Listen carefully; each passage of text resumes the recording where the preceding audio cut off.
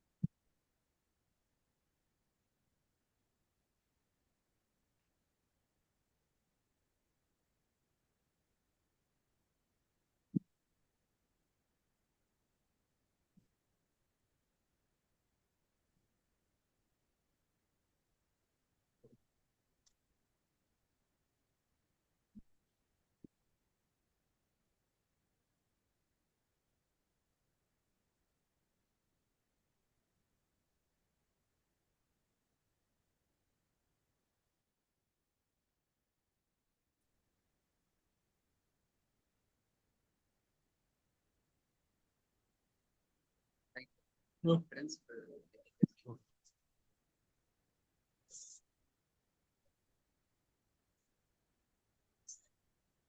Okay.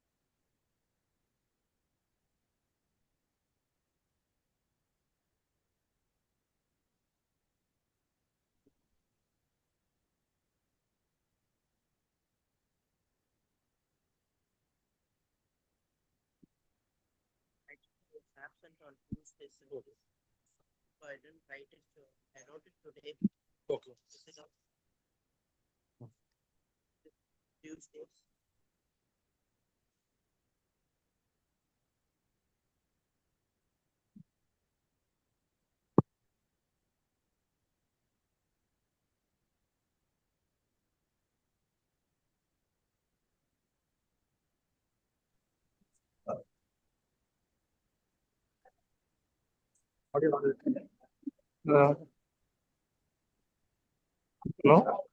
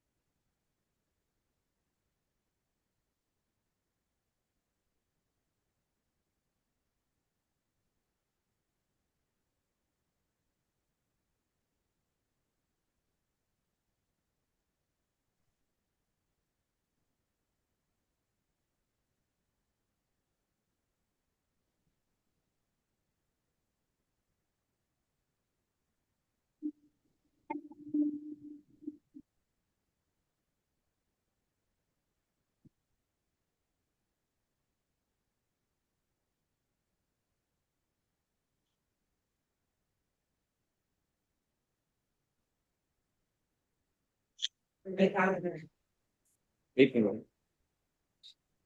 Hello.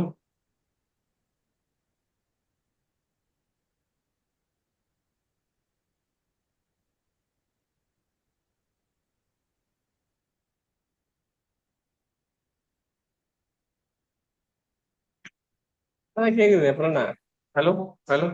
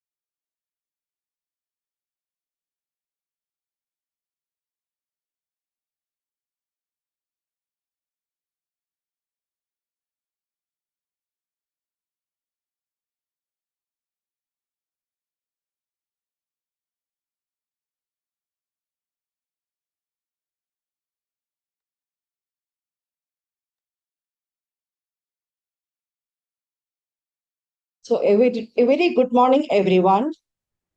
On behalf of Sri Balaji Medical College and our esteemed faculty, it's my pleasure to welcome you all to our second day of Didecon conference.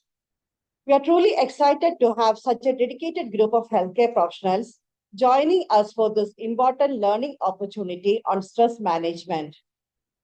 It's today's fast-paced world, the stress touches all of us, the students, professionals, parents, and even leaders.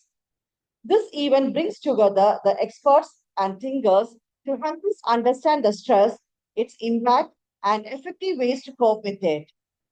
Over the next few hours, we will explore the tools and strategies that can empower us to live healthier and more balanced life. So take a deep breath, relax, and let's dive into a day of learning, reflection, and growth.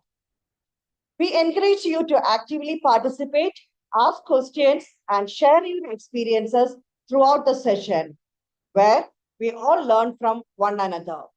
So let's start the session. Now, today's the first session titled From Questions to Clarity, a deep dive into stress and resilience. And now it's my time to introduce our chairperson. So I'm taking it a pleasure to introduce our distinguished chairperson, Anusha Madam, Dr. A.M. Anusha. She is a professor and HOD of psychiatry from Satya Sai Medical College. She has passed her UG and PG from Madurai Medical College, MGI University. And since her post-graduation, she is working in Satya Sai Medical College. She has got around 25 plus publications in index journals and 3 books to her credit. She was awarded Atma Young Psychiatry Award 2024 by the Indian Psychiatric Society Tamil Nadu chapter. Now I call upon the chairperson, Dr. Anusha ma'am, to introduce our esteemed speaker, Ashokan sir. Please, ma'am. To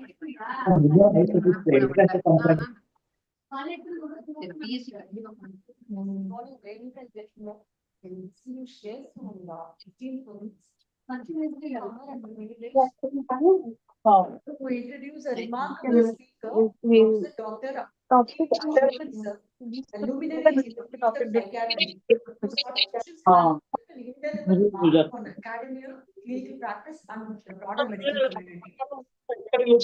Was not just an ideal mentor and guide, but a person I deeply respect and admire, beacon of wisdom, humor, and humanity. Sir's illustrious career spans over 3 decades, during which he served as a professor and head of department psychiatry at prestigious institutions like Stanley Medical College, Nizam Medical College, and currently heading the department at Sri Muthukumaran Medical College and Research Institute, Chennai. And he has also been a guiding force for postgraduate across disciplines, mentoring over 33 years worth of thesis in psychiatry, medicine, OPG, and psychology. And leadership and contributions, Sir has held numerous leadership positions that underscore his influence in psychiatry. He has served as the president of the IPS Indian Psychiatric Society and the Asian Federation of Psychiatric Association, as well as the zonal representative for South Asia in the World Psychiatric Association. And academic excellence, sir is not only an educator but also a prolific researcher and author. His work in forensic psychiatry and sexual medicine has been presented at the national and the international conferences. And he has authored 3 books on mental health in Tamil, making our psychiatric concept accessible to the wider public. And mastery over language and humor beyond his professional achievements. Sir's mastery over both English and Tamil is extraordinary, and his ability to articulate profound ideas with simplicity is matched only by his knack for finding humor in the life. Whether through social media, the TED Talks, he inspires us to view life through a lens of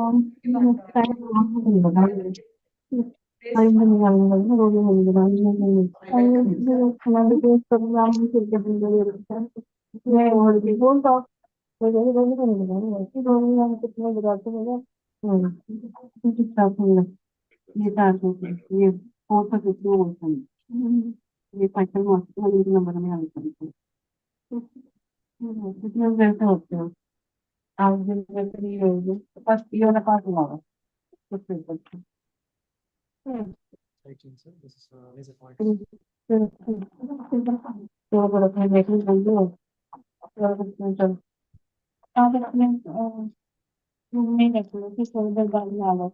members, especially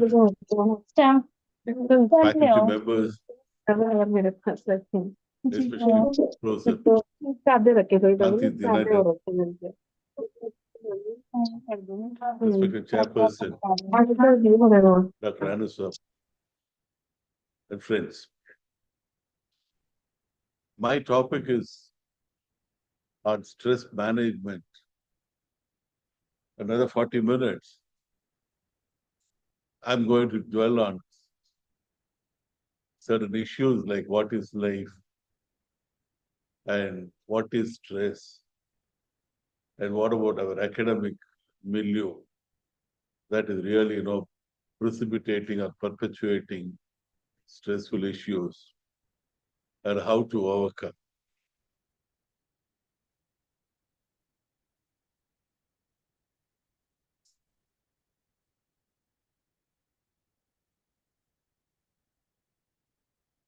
Early in the 70s, there was a psychological experiment conducted by Professor Philip Zimborda at Stanford University.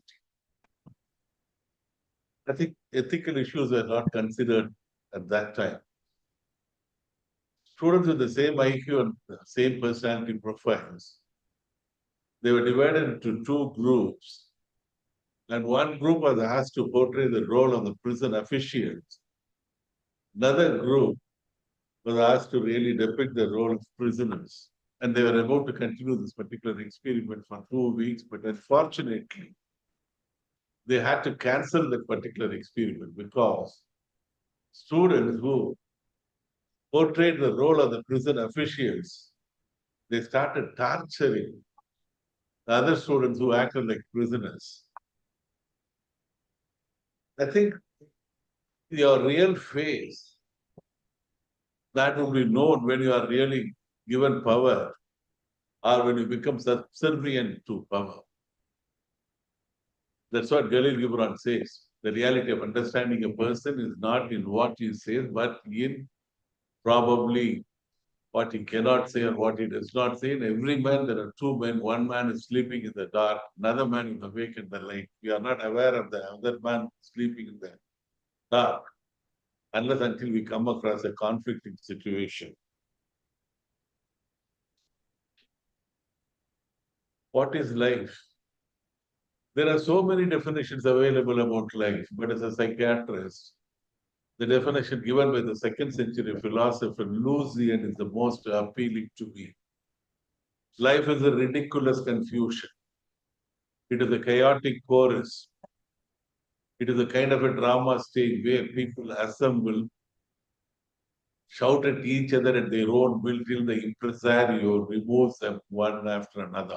What a beautiful existential statement is embedded in this particular definition.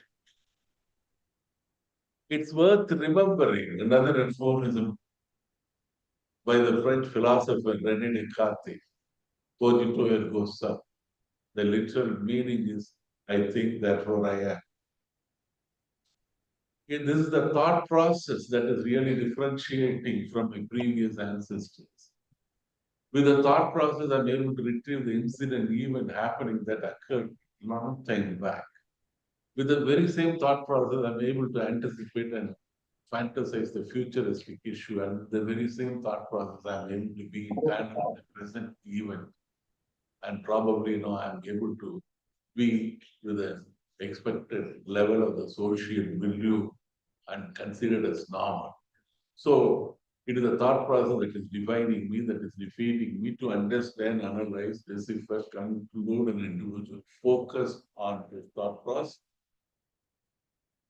To believe that psychiatry, we analyze the individual maximal extent. It is a myth. Every 8 seconds, I think we change our thought.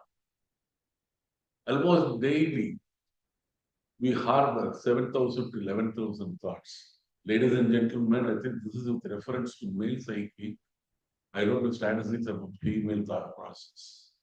Having lived with your wife for more than 35 years, having been reared by another female as mother, I think I'm having a heart and I'm not understood because they don't know what they're thinking.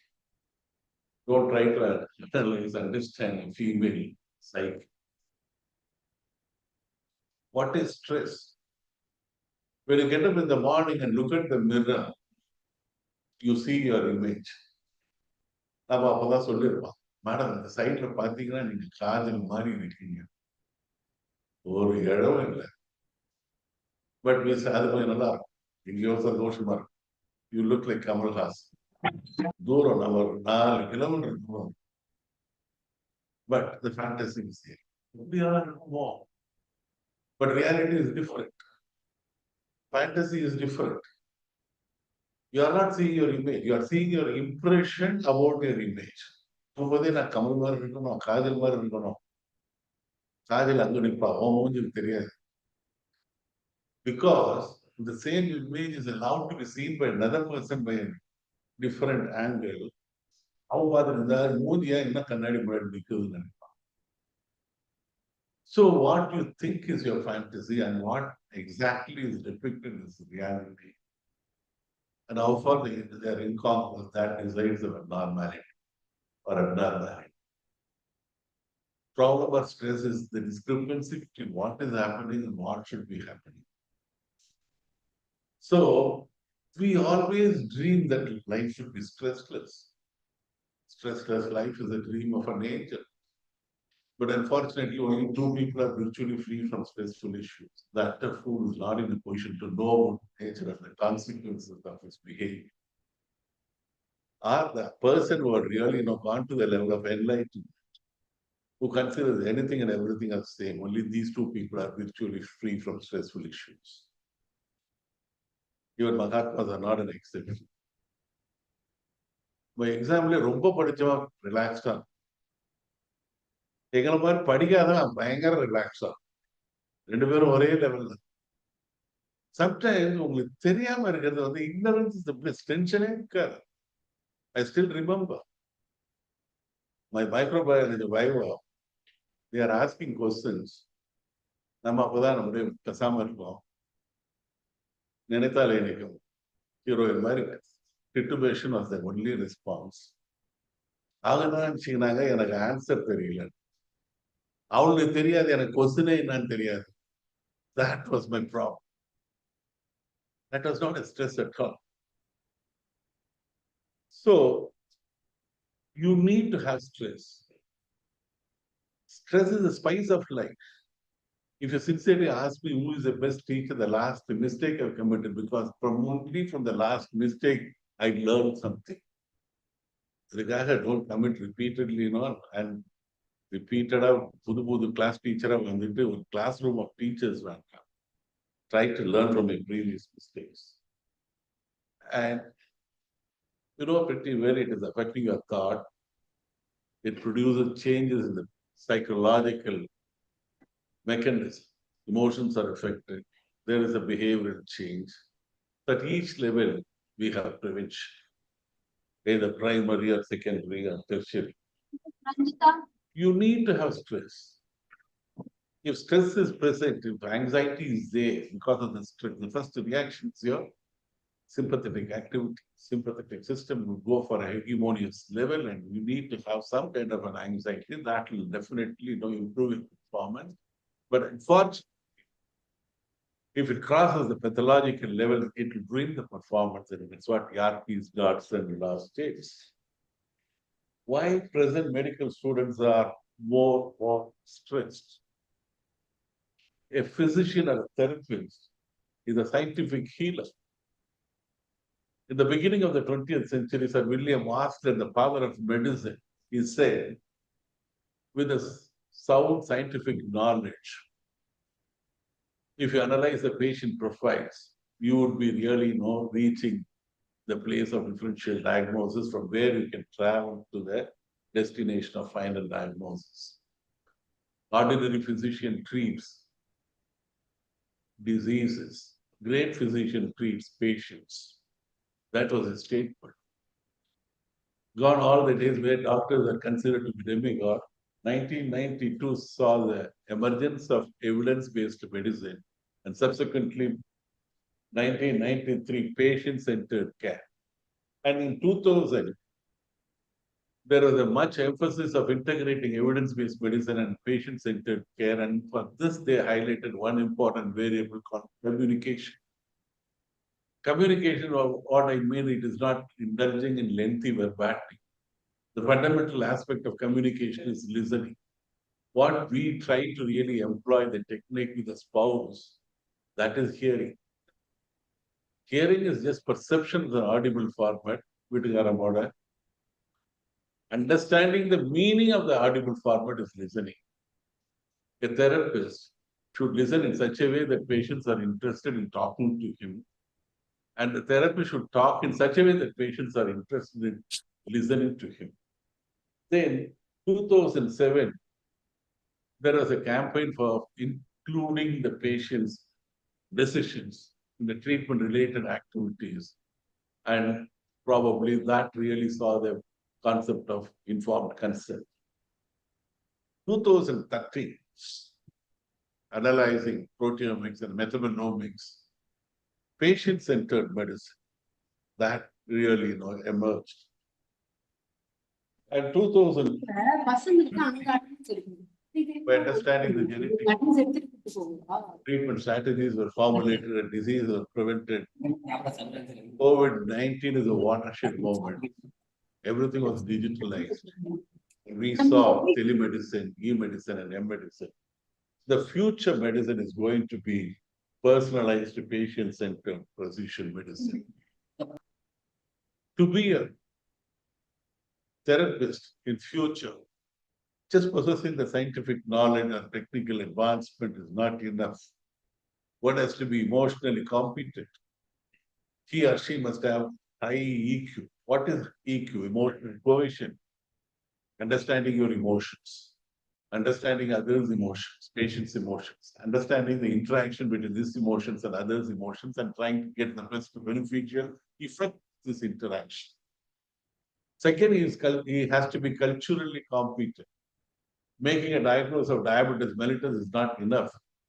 Imagine he has to advise, unless until he knows the socio-cultural background of the patient, I don't think he can really advise in the dietary schedule for diabetes mellitus. Third, he is a collaborator. For example, imagine he's treating a patient for depression.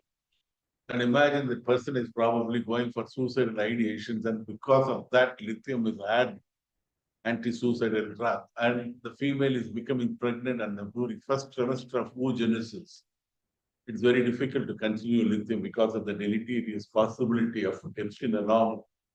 He has to make a tightrope walking and interact with the physician. And also another problematic issue arises in the postpartum period when antidepressants are continued and unnecessarily the newborn is going to get a dose of antidepressant. So he has to interact with the physician. He has to be a collaborator and he has to be a leader. And more than that, every 73rd day, medical information is getting doubled as per an American journal. So unless until you update your knowledge, you be a frog in the pond. And you will not be really, with the guidelines. And National Task Force survey conducted by National Medical Commission 2024. 27.8% of the undergraduates they have diagnosed with mental disorder, and 15.8% postgraduates they have mental illness. 84% of the PGs they have moderate to high stress, and suicidal thoughts are being harbored more by the postgraduates because every week they have to face clinical meeting, symposium, journal club, no rest. I really pity the logicians, the postgraduates in OG. No, they don't have rest. Absolutely no. He or she becomes the victim for mob violence, either in government hospital or even in a private sector. An extreme financial stress is there for the undergraduates. And stipend is insufficient. That was a statement given by 72.2%. Why? What are the reasons? Some of the faculty members say that the present medical curriculum compiled by NMC, I think the student is driven to harbor an idea, even a simple mistake is equated with a disastrous failure. Second, high academic expectations. Don't worry about it. The queen may be really moving here and there, the chessboard. But after the game is over, all the coins have to come to the same box. Discrimination by gender and the caste, and ragging and harassment. First year, you have academic workload, financial difficulties. Second year, you started knowing little about the subject, and that's the period vulnerable for peer group competition. Third year, you settle. Probably in a romantic relationship. And these days, romantic relationship, third day, they used to say, I have a toxic relationship with Ravi. Or some Musha, or Sheila, better. நம்ம வீட்டுக்காரம்மா பேரை சொல்லி better. வாயில வேற ஏதாவது பேர் வந்து and they are not able to strike a balance between the personal level and professional level. And finally, probably their exposure to human suffering. And that may lead to a kind of a compassion fatigue. Burning the midnight oil is not a solution. And second, you have to regulate your emotions. And third, you must be in a position to strike a balance between personal and professional and your academic milieu. Many believe that multitasking is a virtue. No way at all. Too many irons in my fire. And critical decision, unless otherwise you update your knowledge, you may be really, in a situation where you have to take a decision. Better to follow the guidelines, for example, Maudsley guidelines for psychiatry or any other guidelines for medicine. You have a poor social life. வீடு வரை உறவு, வீதி வரை மனைவி, காடு வரை பிள்ளை, கடைசி வரை உன் passion. என்ன இருந்தது அப்போ 18 yearsல வந்து what passion you had tried to keep forever. My brother used to tell me, if you are in the habit of reading மாலை முரசு மூணு எக்ஸாம் அன்னைக்கும் படிச்சுட்டு போனான். நான் கேட்டேன் சார் அதுதான் ஞாபகம் படிச்சது ஞாபகம் வரமாட்டேங்குது sir. To never give up your passion for the sake of ஏன்னா கடைசி வரைக்கும் லைக் ஷேடோ கூட வர்றது உங்க மியூசிக் நல்லா பாடுறீங்கன்னா பாடுங்க. ஸ்டான்லியில நாங்க பாட ஆரம்பிச்சோம். ஏன் தெரியுமா? எந்த பாத்ரூமே லைட் இருக்காது, கதவும் இருக்காது. டாய்லெட்ல போய் உட்காந்துட்டு நினைச்சு பாருங்க. ஈஸ்டர்ன் டாய்லெட்டை உட்காந்துட்டு வேற எவனாவது மறுபடியும் வந்துட்டான்னா வம்பு, அதுக்காகவே பாட ஆரம்பிச்சோம். இப்பெல்லாம் ஸ்பியூல் இல்லை. ஸோ அது மாதிரி வந்து நீங்க வந்து ஜஸ்ட் ஸ்பியூல பாருங்க, இல்லாட்டி வந்து செல்ஃபி எடுத்து அப்லோட் பண்ணி எவனையாவது சாகடிங்க 10:30 மணிக்கு. So chase your passion. Second, don't worry about failure. That is not the end of life. ஒரு நாள் நீங்க டாக்டர் ஆகிறது யாராலையும் தடுக்க முடியாது. என்ன கொஞ்சம் டிலே ஆகும். அதை பத்திலாம் கவலைப்பட வேண்டாம். Increasing competition, difficult subject. Burnout, this is because of the psychological distress. Unnecessary, you are going beyond a level and spoiling your physical and psychological health. And try to do a meaningful work and see that what is required. நம்ம பாட்டு வேற ஏதாவது பண்ணிக்கணும். நம்மளை இன்னைக்கு CNS பார்க்க சொன்னா நம்ம கார்டியோவாஸ்குலர் பார்த்துக்கணும். Try to understand what is asked in the question. நடுவில் கொஸ்டின் நாங்களாம் அப்படிதான் எழுதிட்டோம். பசுமாடை பத்தி எழுதுனா நாங்க பசுமாடா தென்னை மரத்தை பத்தி படிச்சுட்டு போனோம். தென்னை மரத்தை ஃபுல்லா எழுதிட்டு கடைசியில பசுமாடை இதை கட்டுவாங்கன்னு அங்கேயாவது ஒரு கனெக்ஷன் பண்ணும்.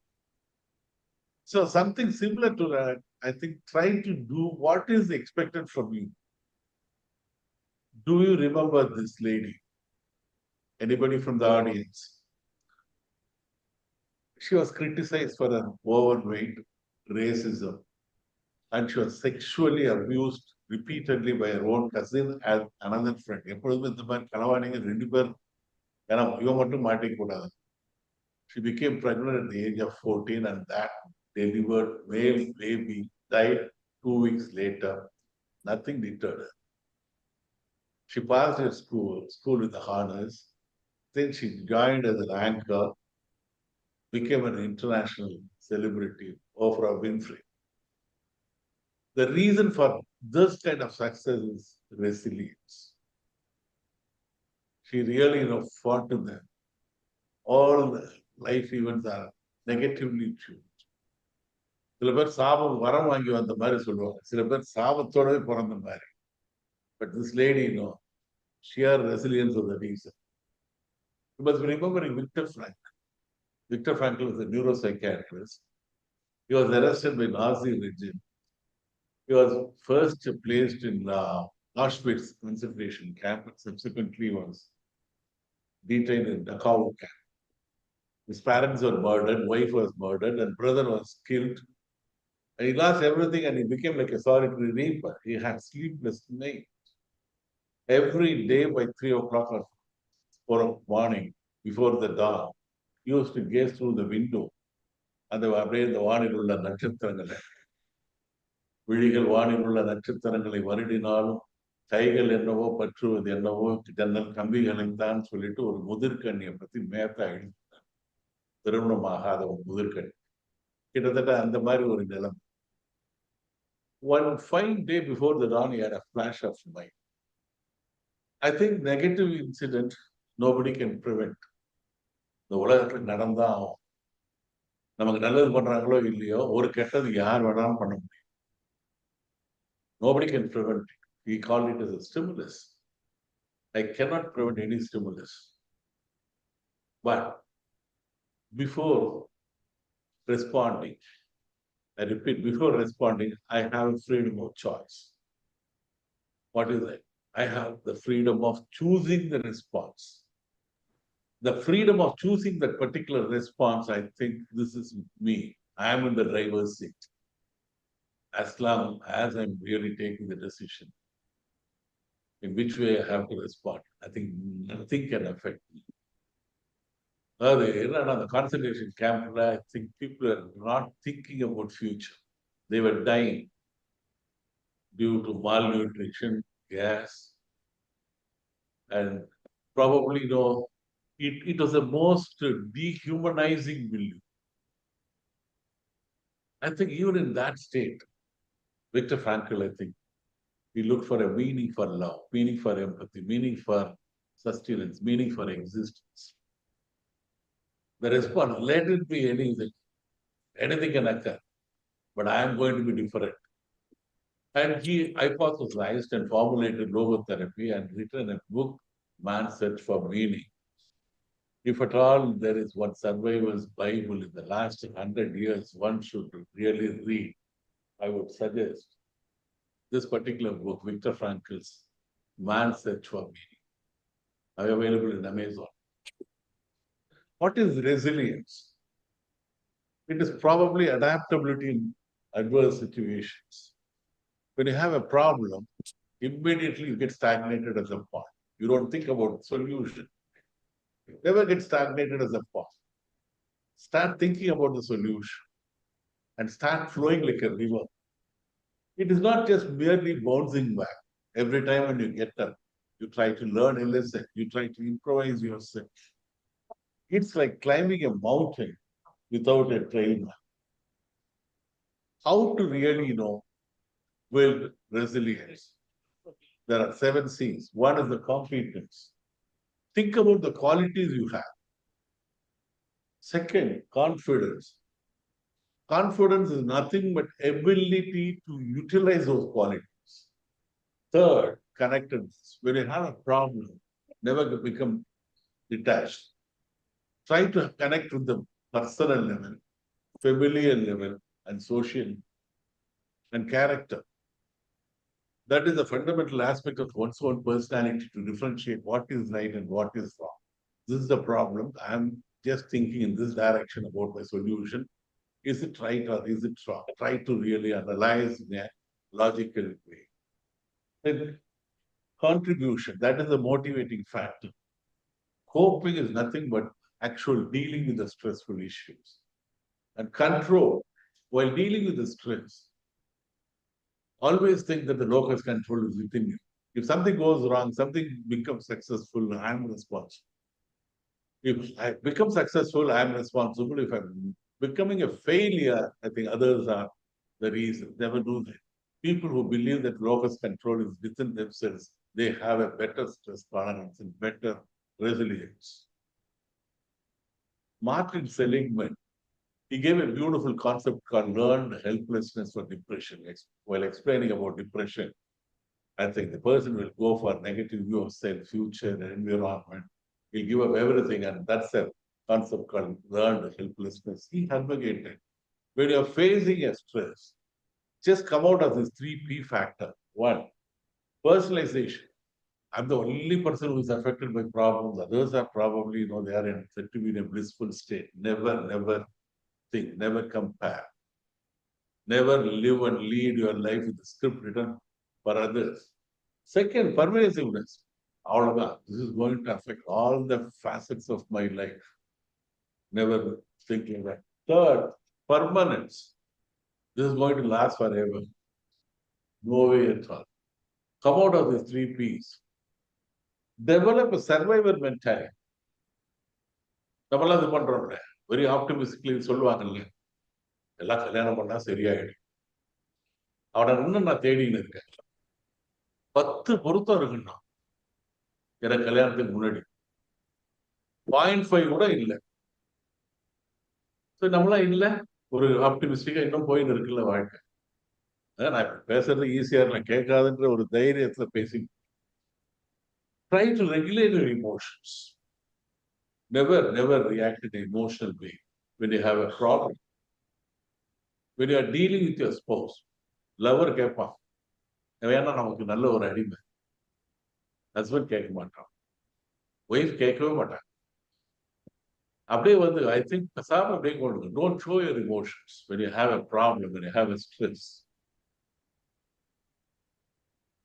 I think ஒரு நடுவில் சின்ன இதை நடாங்க whenever ப்ராப்ளம் ஆகுதுன்னா நீங்க என்ன பண்ணுவீங்கன்னு ஒரு ஒய்ஃப் கேட்டாங்க ஹஸ்பண்ட் என் பர்சனல நான் வந்து உன் போட்டோ வச்சிருக்கிறேன் அப்படிங்களா எப்பப்பெல்லாம் ப்ராப்ளம் வந்துச்சுன்னா அதை எடுத்து பார்த்து அவ்வளோ கான்ஃபிடென்ஸா கொடுக்குறேன் நானு அப்படின்ச்சு அந்த அம்மா இந்த வாங்கிட்டே நான் இவ்வளவு தூரம் இருக்கேனே இதை விட பெரிய ஸ்ட்ரெஸ் எதுவுமே இருக்காதுன்ற மாதிரி so think about the problems and solving skills.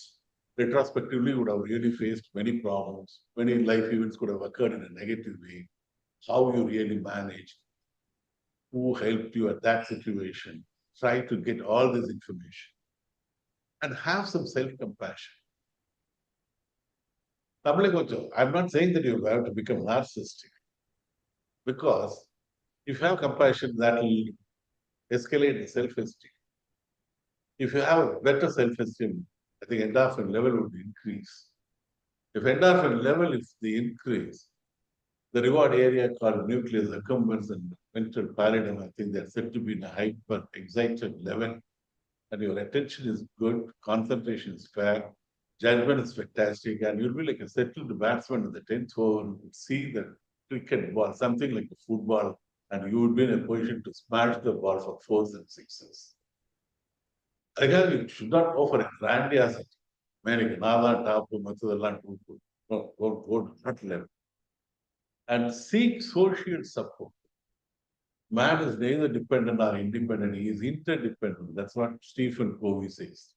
நானே சுயமா வந்த சும்மா எங்கேயாவது யாராவது நம்மளை தூக்கி விட்டுருப்பாங்க தொப்புள் கொடி இல்லாத யாராவது நம்மளுக்கு வந்து ஹெல்ப் பண்ணிதான் அம்மாவா அப்பாவா யாராவது நமக்கு வந்து ஹெல்ப் பண்ணிருப்பாங்க I think success, I think, has many, many, many reasons. And this is the family in a very, imagine there is a problem at an individual level. And slowly, I think it starts affecting the family. Then you start thinking that, I'm not saying that you have to accept it, passively accept it. Start looking for a meaning at that time of facing any stressful issue. Try to have an optimistic view.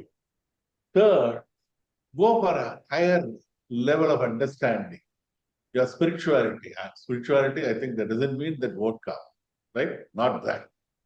Spiritually, try to perceive and be like a bamboo. Never become stiff. தென்னை இளம் கீற்றினிலே தாளாட்டும் தென்றனது தென்னைதானே சாய்த்து விடும் புயலாய் மாறும் பொழுது. அதுக்கப்புறம் அந்த பக்கத்துல இருக்கும் ஆற்றங்கரை மேட்டினிலே ஆடி வரும் நானது காற்றடித்தால் வீழ்வதில்லை கனிந்த மனம் காற்றடித்தால் சாய்வதில்லை கனிந்த மனம். You have to be very careful. Try to be flexible. Second, get connected to the personal level, with the family, with the social level, and seek support from the social milieu. While you are in a group, imagine, provide clear information. Emotionally, interact with the other person and try to think about the previous problem-solving skills. And this is a repetition. This is another one. Time management. It is the main reason for most of the stresses in the academic milieu. What is time management? It is an art of arranging, organizing, scheduling, and budgeting one's time for the purpose of generating more effective work and productivity. If you want to know the value of 1 year, inquire the student who had failed in the exam. To know about the significance of 1 month, inquire the lady who had a preterm labor. To know about the value of 1 day, inquire the long distance couple who had been separated and used to communicate in the fag end of the evening. The real value of 1 minute should be understood from the person who had missed the bus or a train. And second, that important is really understood by a person who had been saved from the accident. The real value of millisecond, encourage the person who had come second in the Olympic race. Another one is delay. Procrastination is a thief of time, assassin of opportunities. It makes easy things hard and hard things harder. No, I have to really initiate. Laziness is preventing me. And you don't have to see the whole staircase. சில ஆள் வந்து ஃபுல்லா plan பண்ணி complete பொறுமையா வந்து அந்த result வரைக்கும் யோசிப்பான். We call it as the primary obsessive slowness. And just take the first step. Procrastination is the art of keeping with yesterday. Remember, continuous improvement is better than delayed perfection. What are the stages of procrastination? You're in a false security. I'm in a very comfort zone. Why should I risk myself? Why should I read? I think they tell you mall போகலாம், Vijaya forum mall போகலாம், இல்லை வேற ஏதாவது shopping mall போகலாம். you delay it because you want to be in a comfort zone. Second, laziness. Maybe I need a head start. That is the explanation you want to give. Third, excuses. I'm just busy taking a short break. Fourth, denial. இப்போ கூட நினைச்சா கூட I can really read that particular subject and now with the exam. I can definitely do that. And when you face the crisis, you become like an alcoholic. நாளைக்கு முதல் குடிக்க மாட்டேன், இன்னைக்கு மட்டும் கொஞ்சம் ஊத்திக்கிறேன்ற மாதிரி. Then the process is repeated. A high producer procrastinates on tasks of low value, and a low producer procrastinates on tasks of high value. Try to engage in creative procrastination. தசமே நமக்குன்னு ஒரு வருவான், அவன் கிட்ட வந்து பதுங்கிடுங்க. சில நம்மளெல்லாம் கூப்பிட்டு போவான். Try to say no when you want to say no. Wilfredo Pareto was an Italian economist, and he was observing the shopping behavior in a particular shop. People are buying certain things. Certain things are repeatedly bought. And 20% of the repeatedly bought products were responsible for 80% of the gain or 80% of the sales. He identified a concept, extrapolated on that, probably he formulated a time management concept. We have many work schedules to do, but unfortunately, we are not able to decide which one to do first. Identify 20% of trivial, vital few work and finish it. Then you'll have a satisfaction and then you'll have gratification. Then start doing 80% of the trivial many. Dwight Eisenhower was an American soldier and subsequently he ascended to the level of American presidency. He was really working on this time management. He identified two factors. One is the important work, second is the urgent work. Important work, you are going to be benefited, you have to complete it. If not, it would become urgent. When I say urgent work, you are not only you are involved, somebody else is also involved. So he combined these two variables and formulated 4 quadrants. First quadrant, important and urgent. Do it immediately. Tomorrow you have exam, or 2 days later you have exam, start reading. Second, important, not urgent. You can borrow some time. So plan for it. Wait for some vacations or some other occasion. Third, not important, but urgent. எவனா வருவான். சர்வீஸ்ல வந்தீங்கன்னா கடைசியா வர்றவன் தான் எல்லாத்துக்கும் Sunday எல்லாம் வரணும். டெப்டேஷன் டிபார்ட்மெண்ட்ல கூட வந்து அவன் தான் எல்லா வேலையும். Not important, not urgent. Delete. Then ABCD method. If you are doing it or not doing it, you'll have major consequences. When you are writing an exam, you'll go to the escalator, elevator level in academic. If you are not writing an exam, you are going to fail. So immediately do this A type of work. B will have minor consequences. Do not go to B when A is not complete.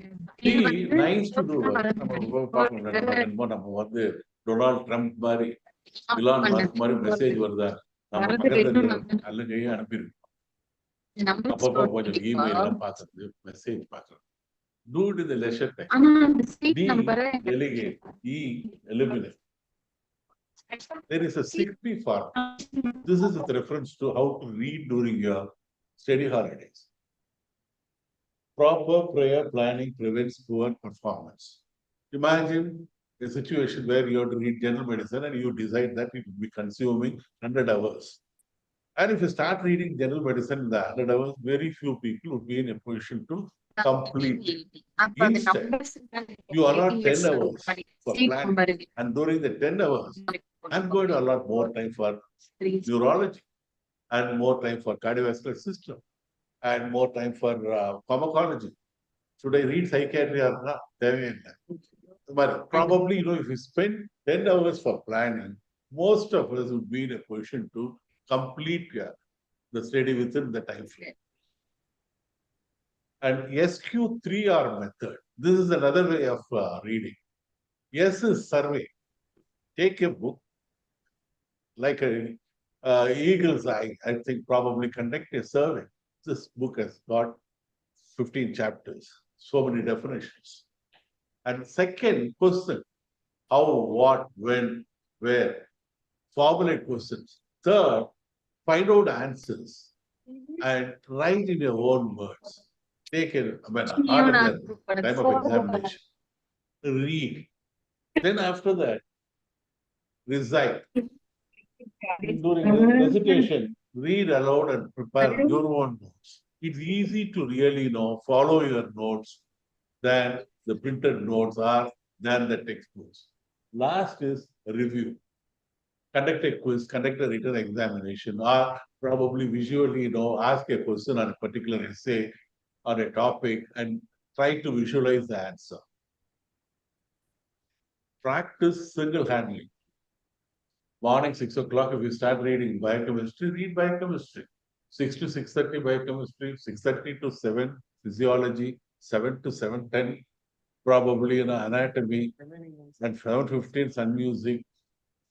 And if you really continue like this, probably with the fag end of the evening, your preparation will be like a dinner plate of a raw picture.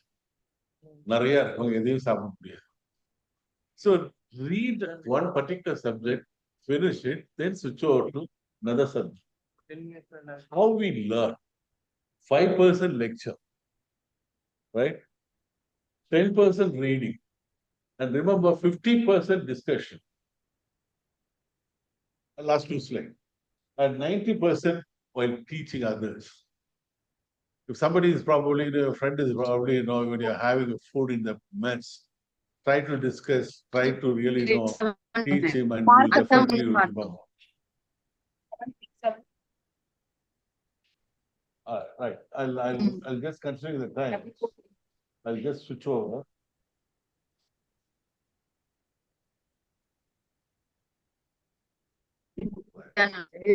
Last two slides. Look back and get experience. Look forward and see hope. Look around and find reality. Look within and see yourself. If the path is beautiful, ask where it leads to. But if the destination is beautiful, never mind about the path. Keep walking.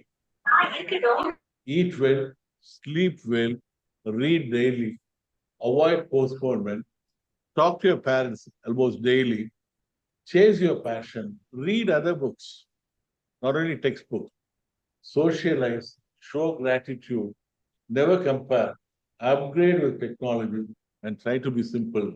The last word, remember, life exists in offline only. That's the message I just wanted to disseminate. Thank you very much.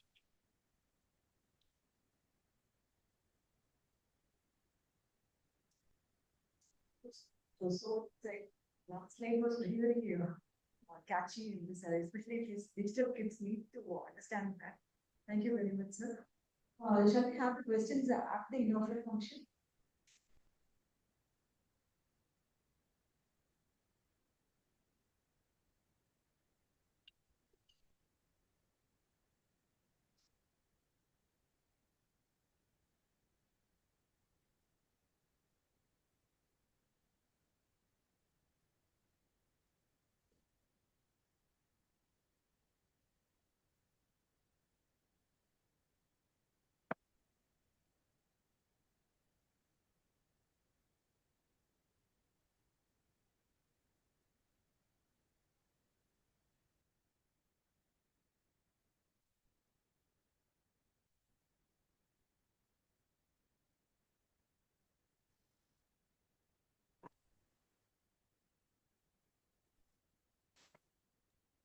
எனக்கு இப்ப பயமா இருக்கு. மாத்தி எது book பண்ணிட்டு இருந்தோம்.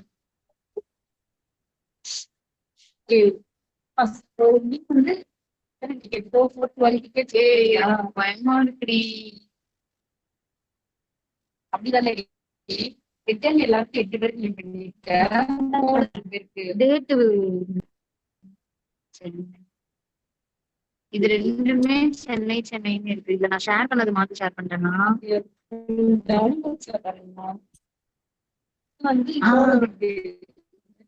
புரிஞ்சிருச்சு.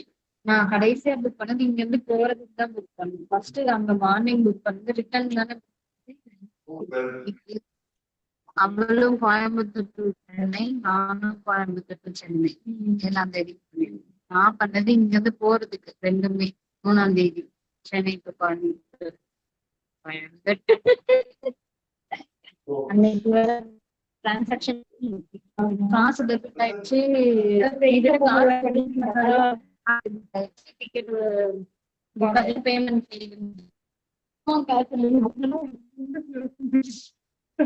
இன்னொரு 1500 கடவுள் அது 2 நாள் டிக்கெட் ஆச்சு.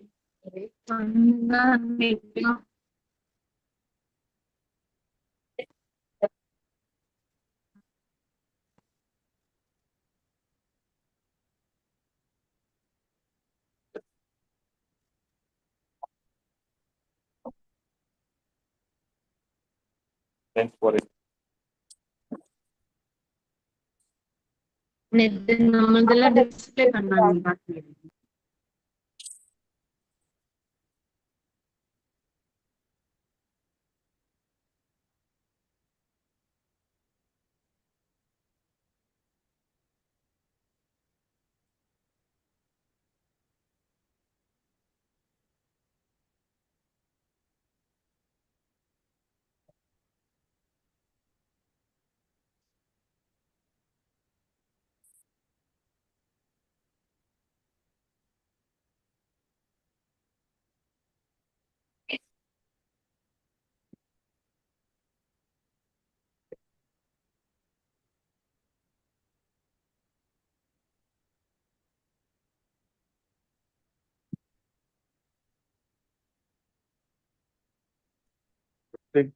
Can create only academic robots.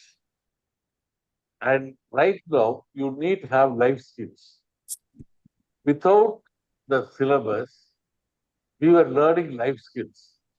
Whether we learned the technical skills or the scientific knowledge, that is a different word, but we were learning life skills, soft skills, like how to interact with the people, how to be emotionally competent, how to really culturally, conducive, and how to possess leadership qualities.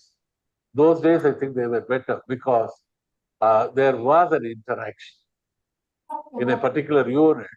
Here, the syllabus is in such a way that even the faculty members are not allowed to really interact. People come in groups. You have to learn on your way, and we start really, there are some certain suggestions from psychiatrists and Dr. Dinesh Bhugra. He was the World Psychiatric Association president. He has written a book. What he said, promote personalized learning. The learning method that is being followed in the present academic milieu, it is not sufficient for sub-average or average people. So they start really advocating for peer learning and more than that, personalized learning. And they want to create a kind of a community with seniors.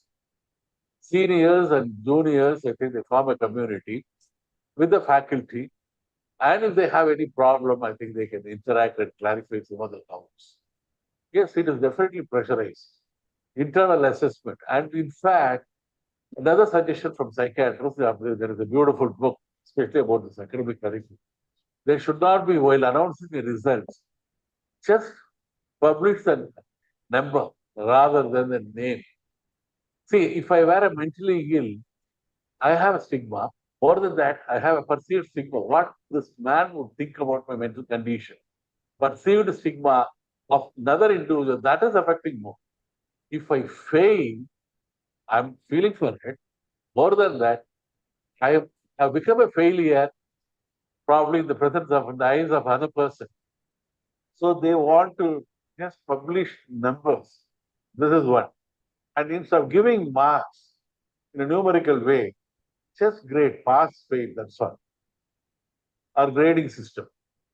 Those days, I think A plus B plus C plus D plus similarly, or mere pass, fail. That is enough. That is a suggestion probably given by World Academic Council. And probably National Medical Commission may follow it. They are thinking about personalized learning, peer learning, and faculty group formation and announcing, because most of the people, I think, they don't want. I think you have scored a 94, then I was really 84, and this is creating problems. Instead, pass or fail or go for grade system, as we have experienced long time back, nowadays. Any other questions? Good morning, sir. Is it normal to feel anxious or low during the first months of MBBS? Sorry? Is it normal to feel anxious or low during the first months of MBBS? No. Anxious? Or low? Or low? You have anxiety in first year. Yeah, during the first months of MBBS. Huh? During the first months of MBBS. Don't worry. Why? Overcome your anxiety. Anxiety is needed. That definitely, only if you have anxiety, you'll have some kind of a fear. You'll start reading for the exam. You'll prepare. But see that the anxiety is present in a minimal level and it is not crossing the level. And never look yourself in the presence of others. Do not compare. What is your name? Shravan. I am Shravan. That's all. I think do not seek any kind of an attention or sympathy or from others. Even from you, I think don't seek any kind of attention. Whether you commit a mistake, yes, accept. And more than that, I think if you're coming from Imagine, I think we had all these problems. Some people may be really spending 1,000 rupees per day. Now I'm not able to spend this much. No need. Your life. Enjoy your life. Do not live and lead your life for the sake of others. Live, do not merely exist for the sake of others. Right. Thank you, sir. Any other questions?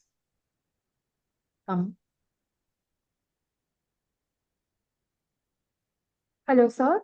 My question is, what should we do when we feel like we are falling behind our peers or friends? Yeah. What should we do when we feel like we are falling behind our peers? Falling behind. Yeah. Can you explain them? Like when the marks are released, we feel like, okay, she has got more than this, and I'm falling behind her. Repeat. Academically, when we feel like that we are falling behind our friends, what should we do? In academic? Yeah, academic. Or economics? Or external appearance? Everything. Or interactions? Mainly academics. Why do you compare yourself? Compare with your previous performance, yourself, and try to improvise. They cannot become your benchmark. Let them be. Let me tell you very frankly, I think my classmate who got 16 medals and he is not doing any work, not doing any surgery.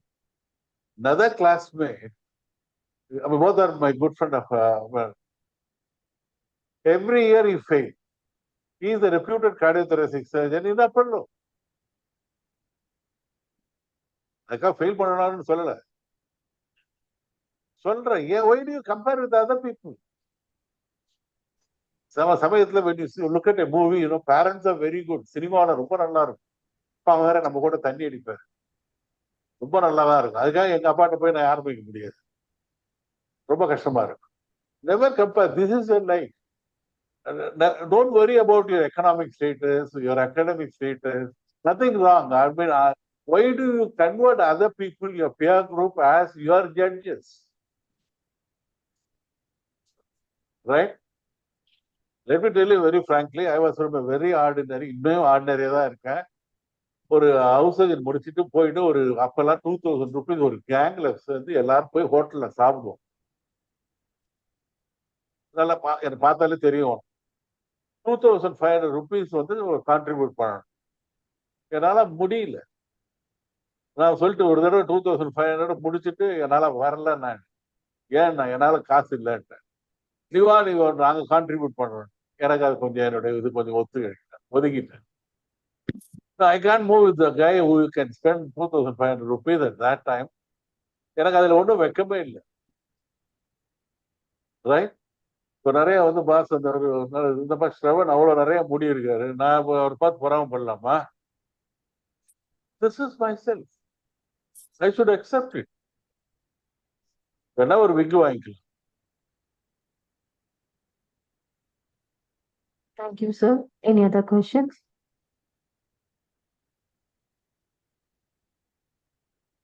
So my question was, how can we manage our time better when there's always so much to study? Always How can we manage our time better when there's always so much to study? every day you must read. அப்படின்னு சும்மா இங்க சொல்றேன். முடியாது. அங்க பேசுறது வேற. Try to have some guilt feel. Suppose no, you wasted today. Tomorrow try to compensate. I think that's how you can really know. நீ அம்மாவோ அப்பாவோ மற்றவங்களுக்கு ஒன்னும் ஏமாத்தவங்க. ரொம்ப சிம்பிளா, if you really read now, I think at the time of examination you'll be free. Try to be proactive rather than reactive. And don't spend. Keep money, save money. நல்லா இருக்கும். இப்பதான் தெரியுது. சின்ன வயசுல தெரியல எனக்கும். When you have some money, I think நல்லா இருக்கும். Security இருக்கும். அது மாதிரி I think mistakes, small mistakes. But refine, learn from the mistake, try to compensate. You are the best person. Never reveal your secrets. யாருக்கு ரொம்ப ஒரு even in the meaningful people will laugh at you, probably at your back. Keep something personal too. Keep yourself. You are the best judge. இருக்கலாம். கொஞ்சம் வாழ்த்தனம் கூட இருக்கணும். அப்பதான் life will not be interesting.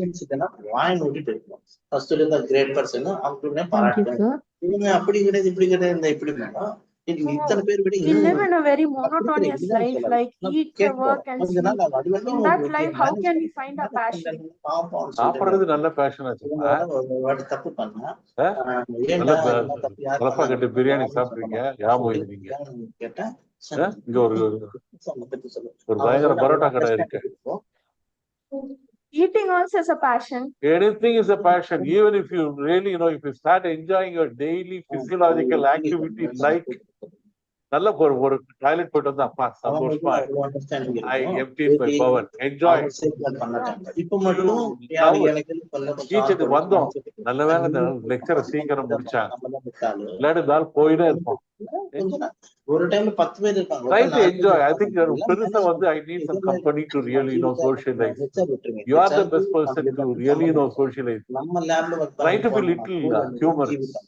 சின்ன சின்ன விஷயங்கள்லாம் பார்த்துட்டு I think you start enjoying. போயிட்டு அதுக்காக போயிட்டு வந்து you need not go to Germany or ஊட்டி, கொடைக்கானல். இங்கே இருந்து கொஞ்சம் வேடிக்கை பாரு. Peep through the window. So many things to observe. Get involved. ஒரு சின்ன இதுல போய் வேடிக்கை பாரு. வெட்டித்தனமா பேசு, காசு. இது மீனிங்ஃபுல். இப்போ யாரையும் திட்டவா. Whatever you do, enjoy. I like deep thinking, but that is not a passion. Extremism and anything is dangerous. Okay, better go for float. Float பண்ணுங்க அவ்வளவுதான். No, I just want to go for a deep sea diving. நான் முத்த எடுக்கிறீங்க. Not deep sea diving, I mean deep thinking. தேவையில்லை, அதான் சொல்றேன். எதுக்கு நம்ம are you going to write any book, philosophical book? Maybe at the age of 60 you can go for deep thinking. Any thought that is disturbing you, come out of it. Any thought that is really pleasurable and not harming others and not harming you, keep involved. Not depressing thoughts, but if I watch a documentary or a movie about that, I imagine in a nice way, like. Good. When you watch a movie in Satyam Theatre, probably you are taking away the heroine and you identify yourself. Unless until you identify, you will not enjoy the movie. But once you come out of the Satyam Theatre, try to be a medical student rather than I have replaced Nayanthara or whoever. Have some fantasy, but come to reality.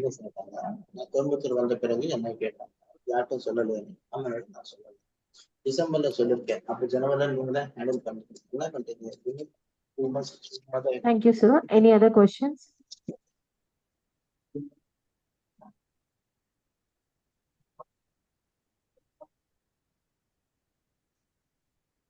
Sir, how to concentrate in long lectures? Like after some 15-20 minutes, we zone out during lectures. So how to maintain the attention span? I think you can be a goldfish. The average attention span is just two to 3 seconds only. Right? I'm talking about the attention span. Probably you want to listen to the lecture. Why? Gain knowledge. You want to really be attentive throughout the lecture. Start writing. Probably not. Take down notes. If he's boring. Right? That is one. Second, try to really understand if I were allowed to give a lecture in this particular topic, this man is talking in an idiotic way. I should talk in a different way. I think in a compartmentalized way, I think you can definitely absolutely no. There is no hard and fast rule that you should listen to the lecture completely. Try to assimilate and get the salient points. That's it.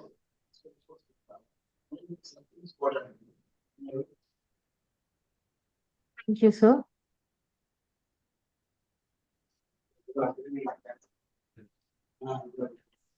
Sir, is it okay if I'm still not adjusted to hostel life or living away from family? Hostel life? Hostel life, not adjusted to hostel life or living away from my family? Not adjusted to have hostel life. Yes, sir. That is one. Second, living away from the family. Whose family? My family. See, sometimes you have to be away from the family. You are a very home-loving person. Yeah. You see another girl, right? I think probably nothing wrong in really having this kind of sentiment. There is nothing right in our statement. Western life, you are exposed to different kinds of people, social behavior. You are going to develop how to adjust, how to really interact with the people, what kind of friends you are going to get. Hostel life is in fact, let me tell you, more than textbook of psychiatry, it is by hostel life in Stanley and government service. They taught better psychiatry than my textbooks. You come across different kinds of people. The retrospective way, if you analyze, things are really interesting. Anything is right. It's like asking which is right, arranged marriage or love marriage. When you decided to die means, I think you can do it either by hanging or by precisely. Right? Both the things are right. There is no right answer or wrong answer to this. Thank you, sir.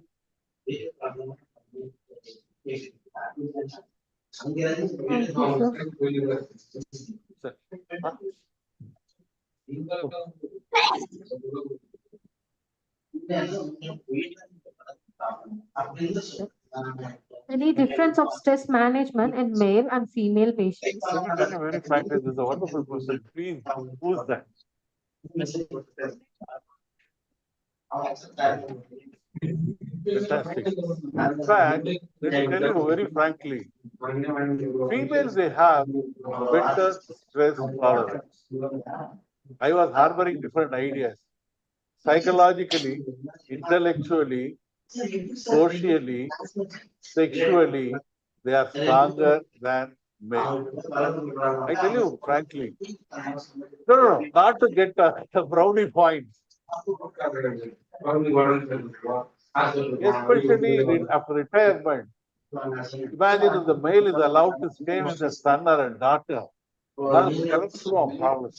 எனக்கு படிச்ச Hindi paper தான் வேணும், காலையில எனக்கு இந்த சட்னி தான் வேணும், இந்த இடத்துல உட்காந்து எனக்கு காஃபி தூக்கலா வேணும், சர்க்கரை எவன் வந்தாலும் they are accommodative right from the beginning. Puberty, menstruation, and pregnancy, and she has to deal everything in the form of sister-in-law or devil, mother-in-law. Any female is a good female. Once she becomes a daughter-in-law or mother-in-law, somehow I think they cannot know. Very difficult to manage. they are the source and they are the stress busters. They face more stress. In fact, they can accommodate any situation. They or widow, I'm sorry to state this, widow can live longer than a widower. Wife வந்து சொல்லுவோம், நம்ம வந்து wife எல்லாம் திட்டுவோம் கட்டுவோம், அந்த அம்மா செத்துட்டா நம்ம அடுத்தது வந்து ஆண் புறா உடனே போயிடும், செத்துருவோம். Females, I think they have better stress tolerance and they have problems every way. எனக்கு புரியாத புதிர் என்னன்னா, தண்டையார்பள்ளியில ஒரு 72 வயசு பெட் லேடி ஒரு 18 வாலிபரால கற்பழிக்கப்பட்டாரு ஒரு செய்தி. என்ன அதாவது சொல்றேன், செக்ஷுவல் ஹராஸ்மெண்ட் ஒரு இது கூட இல்லை. They face lot of problems unlike men. So I think certainly there is a difference. They have better stress tolerance. They face a number of stress. Silently they cross over. They tide over the crisis. So இன்னும் ரொம்ப சிம்பிளா சொல்றதுன்னா, உங்களுடைய இதுல ஒரு பையன் வழி இருந்து அழகா பொண்ணு கண்டுபிடிச்சிடும். பொண்ணு வழி இருந்து தெரியாது, இவன் தெரியவே தெரியாது. ஒரு வருஷம் இவன் நாயா அலைவான், அவளா சொன்னாதான் உண்டு. ரொம்ப கஷ்டம். They go by instincts. They are good in emotional cohesion. அம்மா இருக்கும், ஒய்ஃபும் இருக்கும், பேசிக்கவே மாட்டாளுங்க, போகமா இருக்கும். நம்மளாம் சண்டை போடுறதுக்கு முன்னாடி நம்ம கெட்ட வார்த்தை பேசி அடிச்சு பிடிச்சு வாயை விட்டு பேசாமலே சண்டை போடுற அளவுக்கு they are efficient. Their stress tolerance is very good. Second, life is in offline. You sit on and off regularly. Depends on your girlfriend. If she there is no need for offline. Your lifeline is with you, right? See, probably like incentive. When you have a better incentive, you just go for it. I'm not talking about love or lust or whatever it is. You are interested in really, in getting connected with the net. That is so much interesting. But at the same time, somebody is calling you to really go for a movie. You love it. You go for it. So we go for hierarchy of needs. Till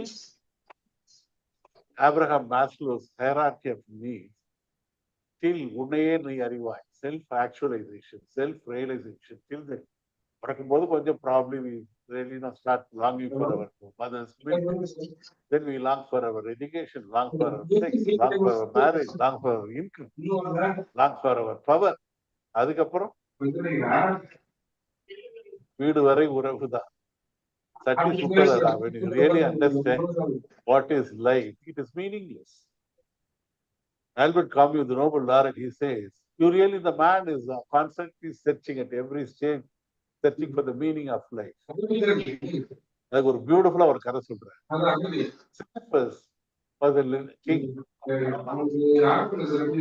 God of death வந்து literary இதுல வந்து competition win பண்ணிட்டு he kept it in his custody. And death was not happening in the world. The god of war was problematic ஆயிட்டார். ஆனா எங்கேயுமே வந்து சாவ மாட்டாங்க, யாருமே மதிக்க மாட்டாங்க சொல்லிட்டு god of war was threatening Sisyphus. If you are not going to release god of death, you would be punished. அதான் நம்ம இப்ப சொல்ற மாதிரி மிரட்டு, இடி மிரட்டுற மாதிரி, ஒய்ஃப் எங்கேயாவது கூட்டு போயிடுவான், மிரட்டிடுவான். Then he released god of death. Then subsequently was punished to really roll a rock from the bottom of the hill to the top of the hill. And Sisyphus was doing it in a mechanical way. இப்பதான் சொல்றாரு Albert Camus. Life is something like that. He was moving the rock here and there.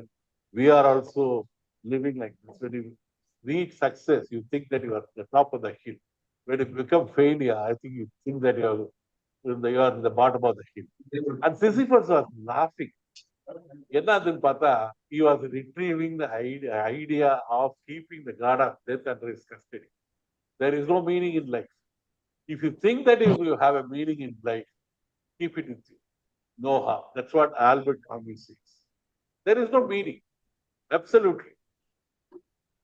I may be really, a little bit, it's not pessimistic, ஒரு சின்ன விஷயம் ஜெயகாந்தன் சொன்ன மாதிரி அற்புதமான விஷயங்கள்லாம் when you meet your old flame, I don't know, probably seniors must be, சில பெரிய விஷயம்லாம் அற்புதமான விஷயங்கள்லாம் அற்பமா தெரியும். ரொம்ப அற்புதமான விஷயம்லாம் அற்புதமா கூட இருக்கு. டைம் தெரியல, அந்த நேரத்துல அது கொஞ்சம் ப்ரையாரிட்டியா இருக்கு. After 5 years or 10 years, I think it was just an ordinary trivial issue. It is everything is time related. As probably life offline or regularly, probably that is the age. Any other question? Thank you, sir. நான் பேசாம இது மாதிரி போயிருக்கலாம், எனக்கும் நல்லா இருக்கு. So how do we know if it's like a regular stress or something more serious? Regular stress. Something like delivering a baby. That is the stress. You need to deliver. அழுதாலும் புரண்டாலும் அந்த அம்மா தான் பிள்ளைய பெற்று ஆகணும். Beyond a level, normal stress, it is going to benefit. That's called eustress. Distress நம்ம இது மாதிரி ஒரு நல்ல சேர்ந்து படிக்கலாம்னு சொல்லிட்டு ஒரு நம்மால் சொல்லுவான் ரூம்மேட், அது வந்து யூஸ்ட்ரெஸ். ஒரு தம் போடலாம், அது distress. What is useful, that is eustress. You need to have stress. போஸ்டர் ராகின்னு ஒரு ஏர்லியர் பிசியாலஜி ப்ரொஃபசர், அவர் வந்து மேக்சிமம் வந்து ஸ்ட்ரெஸ்ல வந்து பண்றாரு. கெட்டிங் மேரேஜ் தான் மேக்சிமம் ஸ்ட்ரெஸ் தான். Thank you, sir.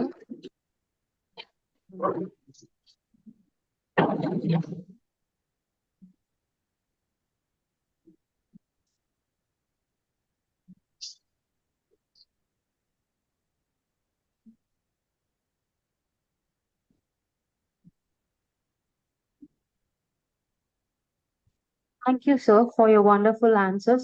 Now we hand over the session to Dr. Jamunarani ma'am for the inauguration. Good morning. Now we have the formal inauguration of our conference. May I now request the dignitaries to please take the seat on their dais.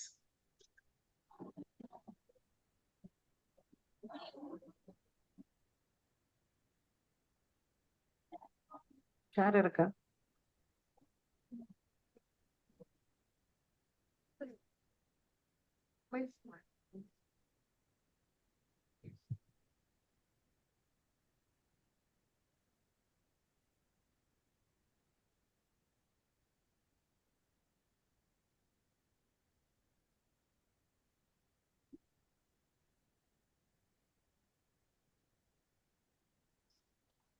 May we all rise now for the Tamil Thai Vaalthu.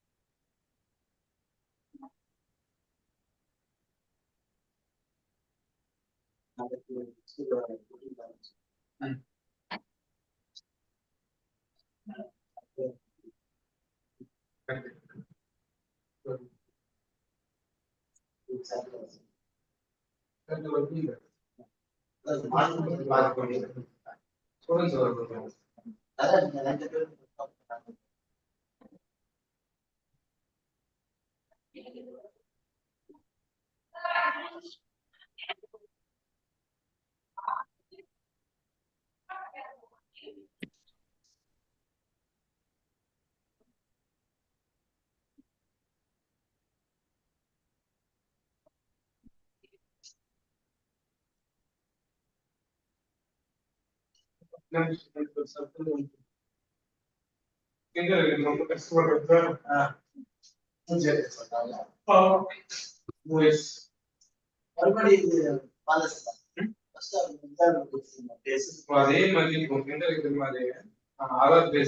all, may we now request the dignitaries to please light the kuttu vilakku and begin this auspicious ceremony.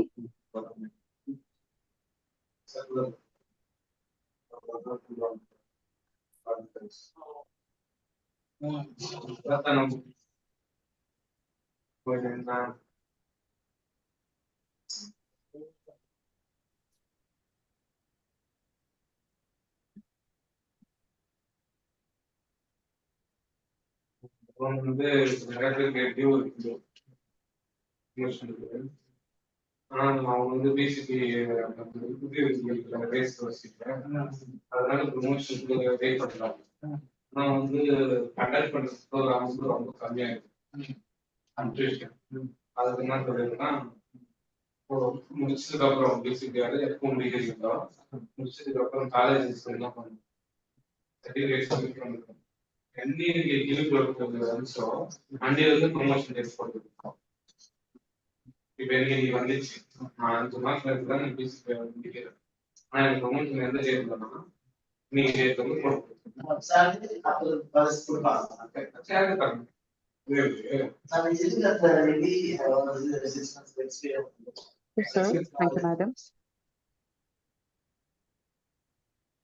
I now request our head of the department and organizing chairman of Didecon to please welcome the gathering. A very good morning to everybody, and I take immense pleasure In welcoming each one of you for this wonderful conference. Before going into the formal welcoming, I will just share a few words about the conception of this conference. And as we all know these days, studying medicine and whatever, the etiology, one common etiology, which will fit into everything from common cold, even death. But will be stress. Everywhere you hear it. You have been described etiology in textbooks. We come across the word chronic stress, from education, from studying, from handling other social reasons, and from handling diseases. Everywhere, this stress comes a very, very much bigger role than life itself. So we see even the students' community coming out with these words while handling many situations.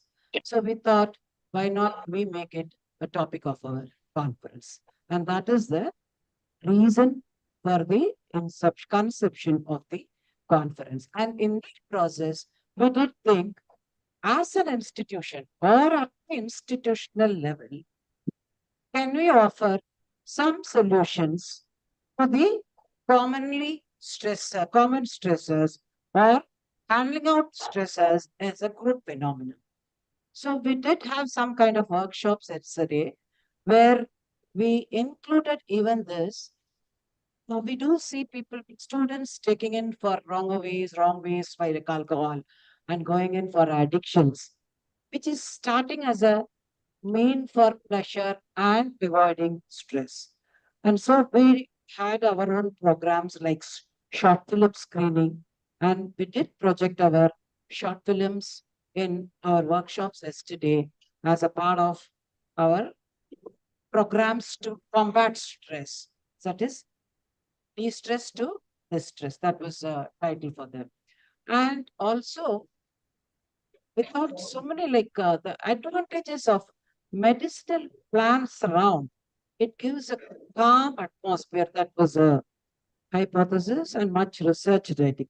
So we in our campus also, teams very cooperation. We have started our plans, healthcare plans like medicinal plans for well-being. So Dr. Sarama Mini Jacob was delivering a lecture on the health advantages of plants, like medicinal plants, and also Dr. Prabhu, who initiated and with sir's permission, he talked a few about how the campus will be having all healthy, greener, and medicinal plants in our campus, which might combat stress.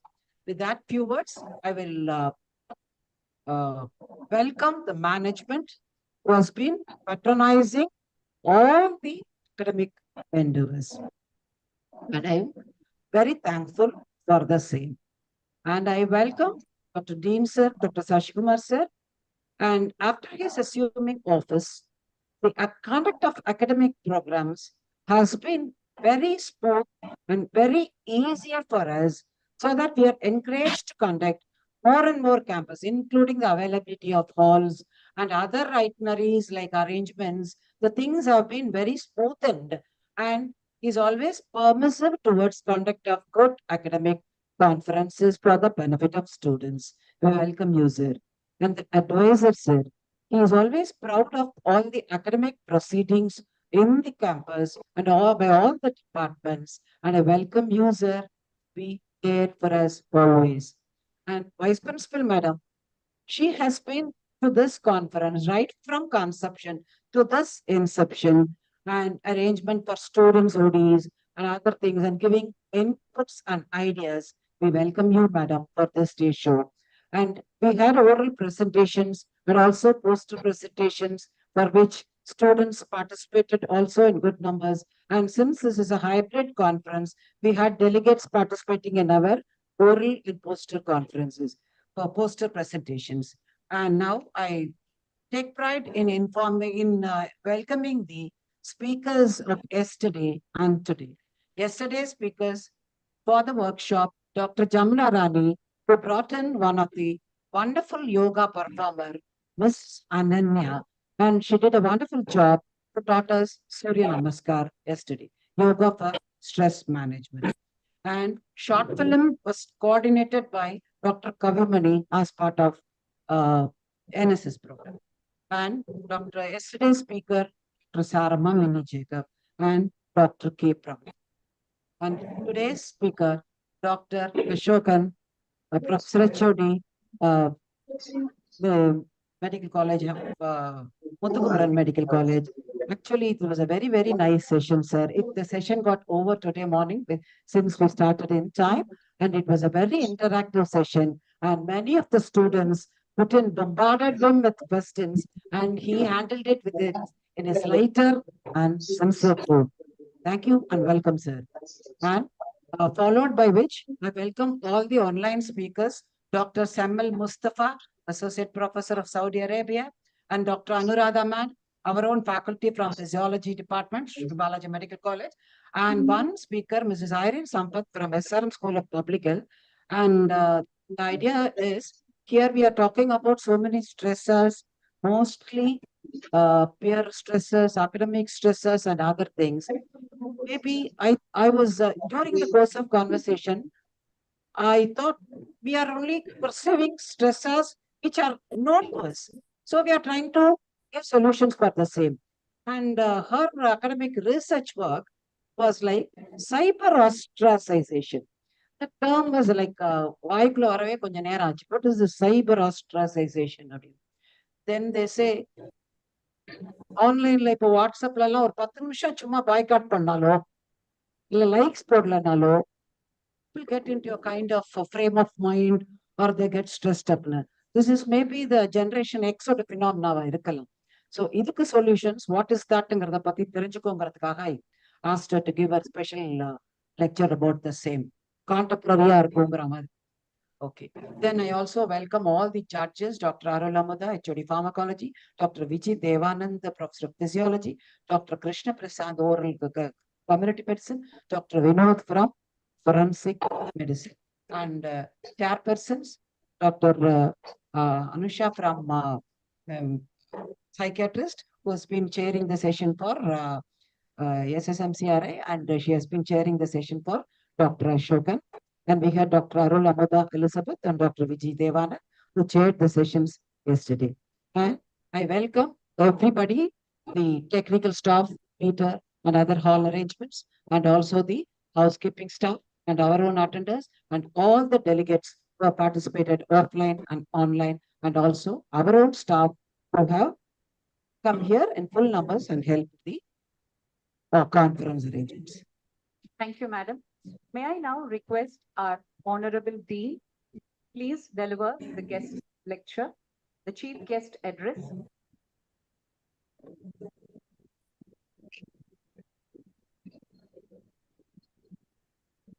Good morning, everyone. Respected advisor, Vice Principal, HOD of Biochemistry, Dr. Shanti, Professor of Biochemistry, Dr. Kalai Chelvi, KNMC Observer, faculties of various departments, guest speakers, and my dear students.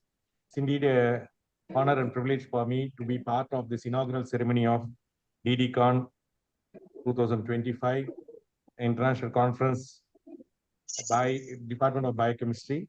First of all, I take this opportunity to congratulate the department and the faculties of the department for organizing such a wonderful conference. Think about such a idea, distress to de-stress. I think we should always, at the end of the year, whoever names the conference, naming conference, we should have prize from next year onwards. I'm seeing so much of fun in making the names and all. I say Didi, I told her Didi also only during our days. Dilwale Dulhania Le Jayenge. That's what is famous during our time. Now Didecon is something new. That's nice. So at the end of the day, probably from next year onwards, the last academic year, whoever is named nicely, we can give first prize, second prize, third prize, that sort of thing. Only the naming the conference itself, one thing. And I take this opportunity to thank the guest speakers, Dr. Ananya, Miss Ananya Ramkumar, Mr. Ashokan, and Dr. Semmal Syed Mirza Muhammad Mustafa, and Dr. Miss Irene Sambat for accepting our invitation and agreeing to deliver this lecture in our institution. I thank you, sir. And it's indeed all of you are benefited by, will be benefited definitely by the workshop yesterday and the thoughts shared by the experts in today. And my short take on the stress. What is stress? When we watch movie, it is not stress. And when we study, it is a stress for a student life, right? Staying at home is no stress. Coming to college is a stress. This is what is stress. Stress is all in the mind. Everyone, my short take is always, everyone has 24 hours. Whether you sit quietly or do something, you have to pass that 24 hours. What you are going to do is different. Then how you perceive that work, what you are doing, that's only it's adding to stress in the mind. If you feel something you're doing, I'm delivering this, I have to go and deliver the inaugural address, what I'm going to do, all these things. If I think about too much, it's definitely a stress. If I just come like that and do it and go, it's not stress. If you sit and study with your friends, it may not be stress. When you sit and study alone, you might feel it as stress. What you think about it. So you say multiple works, everything is there, so many work, all these things I've done. I have done so many work. What has happened? Nothing. You're still the same old person. The time has just passed. I'm telling you, if you sit alone, the most stressful, I take your phone out and make you sit in your room alone without any TV or anything. That would be the maximum stress you can, without sleeping. That's the most important. Sleeping is not allowed. That will cause you the maximum stress. Because doing nothing is also a stressful event. Doing anything, you are living and you have to do something during your as part of living or art of living, whatever it is, you have to do something during the day. Whatever you're doing, if you start enjoying the work, you do it and don't take it in your mind, then it's not going to be a stressful activity. I think they are going to teach, they have taught you about the Surya Namaskar, yogas, and the medicinal plants, everything. And a few more thoughts will be shared today, how to de-stress everything. So while you think that work as a burden, then it's going to be a stress. If you think it's whatever you are doing, it's for your own benefit and you think you like it and do it, it may not be stress. Just my small take. I hope all of you enjoy these lectures today and go home wiser how to manage your stress on your own. Okay, thank you very much. And I wish this conference a great success. Thank you. Thank you so much for that encouraging words, sir. May I now request our advisor, sir, to please felicitate the gathering.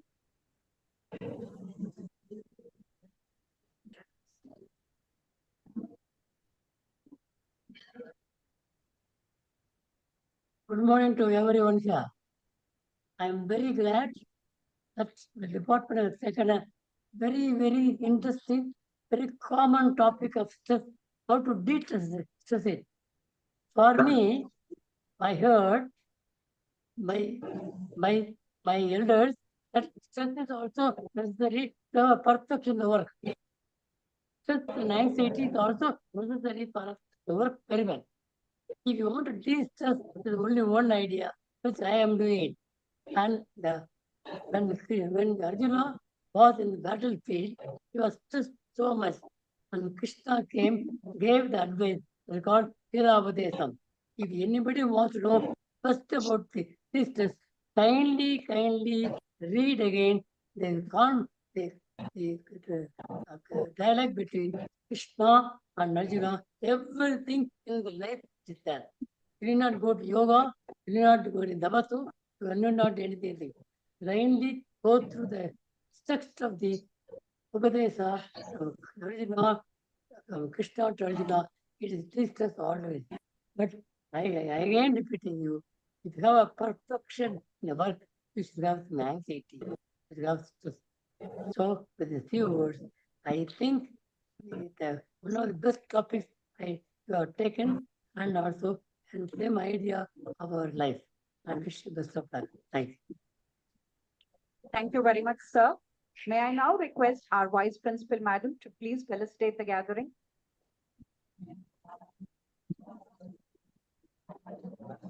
Respected Dean Sir, respected advisors Sir, HOD Ma'am and Kalesibi Ma'am, and respected invited speakers, other professors and students, a very good morning to all. I'm very happy to be a part of this inaugural function. And when we come to the topic, de-stress and distress, it's a very important topic and need of the hour too, because for some, doing difficult jobs is a stress, but for some, even the day-to-day activity, doing the day-to-day activity itself is a stress. Getting up in the morning and brushing, that itself is a stress for some. So it is only how we take up things, how we plan things, and how we prioritize the duties. So we can plan the day-to-day activity. The previous day itself, we can plan the next day activity, and so that we go in a very planned and execute it in properly, the stress level will really come down. And now the new terms, even the just born 2-year, 3-year, they are also coming, telling that they are stressed up. Academic stress is one new term. Okay, so so these things can be avoided. We can stay healthier. Mental health is more important nowadays because any form of disease, anything, even a viral infection, we say infectious disease, we say it's because of stress. Because when you stress up, the immunity level drops down. We are more susceptible, prone for these infections. So everything revolves around the stress. So we should turn our lifestyle to a stress-free lifestyle, plan things accordingly, do it in a very planned and execute it properly. Definitely, we can achieve our goal without getting stressed up. So work-life balance is very important. And I also congratulate the department for having chosen covered all the aspects of stress and also included no drug oath into this topic, and various type of learning activity like workshop, making short films, oral presentations. So they have included a lot of learning activities to make the students and the younger generations aware and how to go about the life without get stressed themselves. And I also like to thank all the invited speakers for sparing their time off and joining the session. And my best wishes for the conference. Thank you. Thank you very much, ma'am. May I now request our head of the department to honor our dean with a memento, a medicinal plant to de-stress, sir.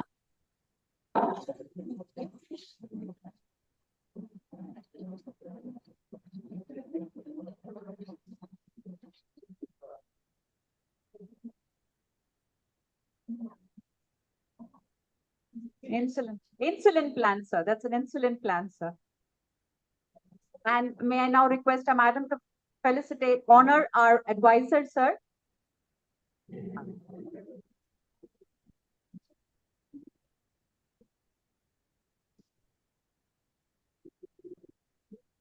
Plant is a Ranapalli plant, which is a cure for kidney stones. And now, may I now request Professor Kalechelvi ma'am to honor our Vice Principal ma'am with Karpuravelli plant.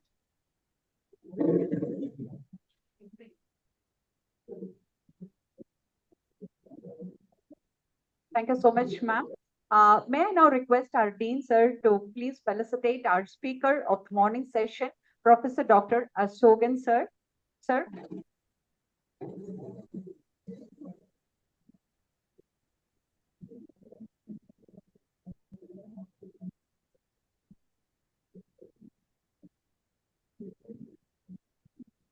Certificate வச்சுக்காங்க.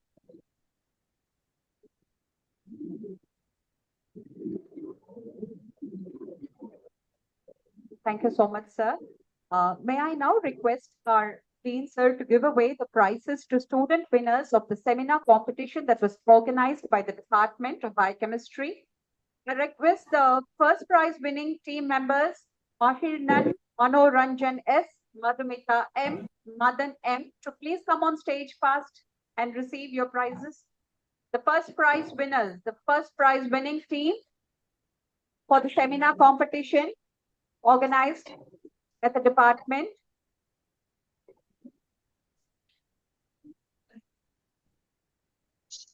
Four of the team members are here, sir. They will collect the prizes on behalf of the entire team.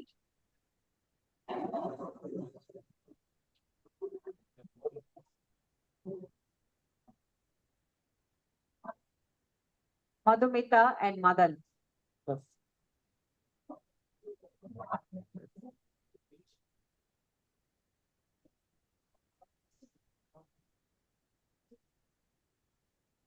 Congratulations, winners. Now, the second prize winning team members, please come forward. Suhani Anand, Sudarshan M, Sudarshini, Supreet Kishan, Surabhi Roy, Swati Ha, and Kalika. Please come up. The second prize winning team.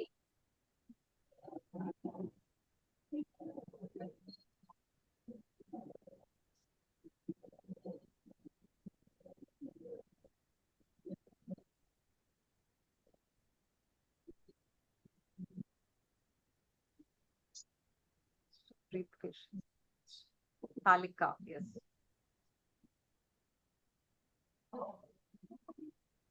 Thank you, sir. Now we have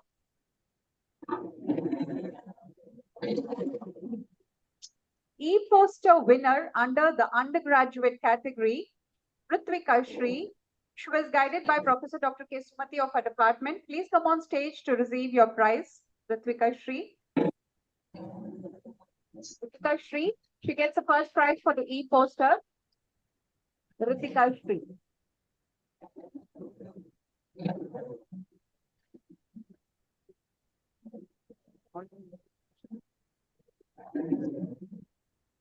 May I now request our Professor Kalichelvi ma'am to please deliver the vote of thanks.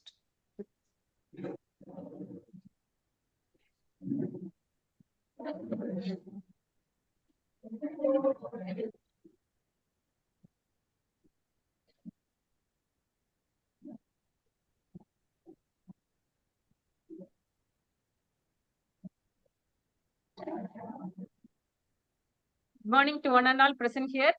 Really, I am honored to propose the vote of thanks on this memorable occasion, Didecon, De-Stress Conference.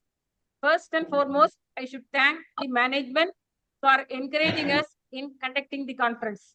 I'd like to acknowledge our gratitude to our beloved Dean, Dr. P. Sasikumar sir, for the enthusiasm shown throughout in conducting this conference, and Vice Principal Dr. Renuga ma'am for guiding us, and Advisor sir for giving advice throughout.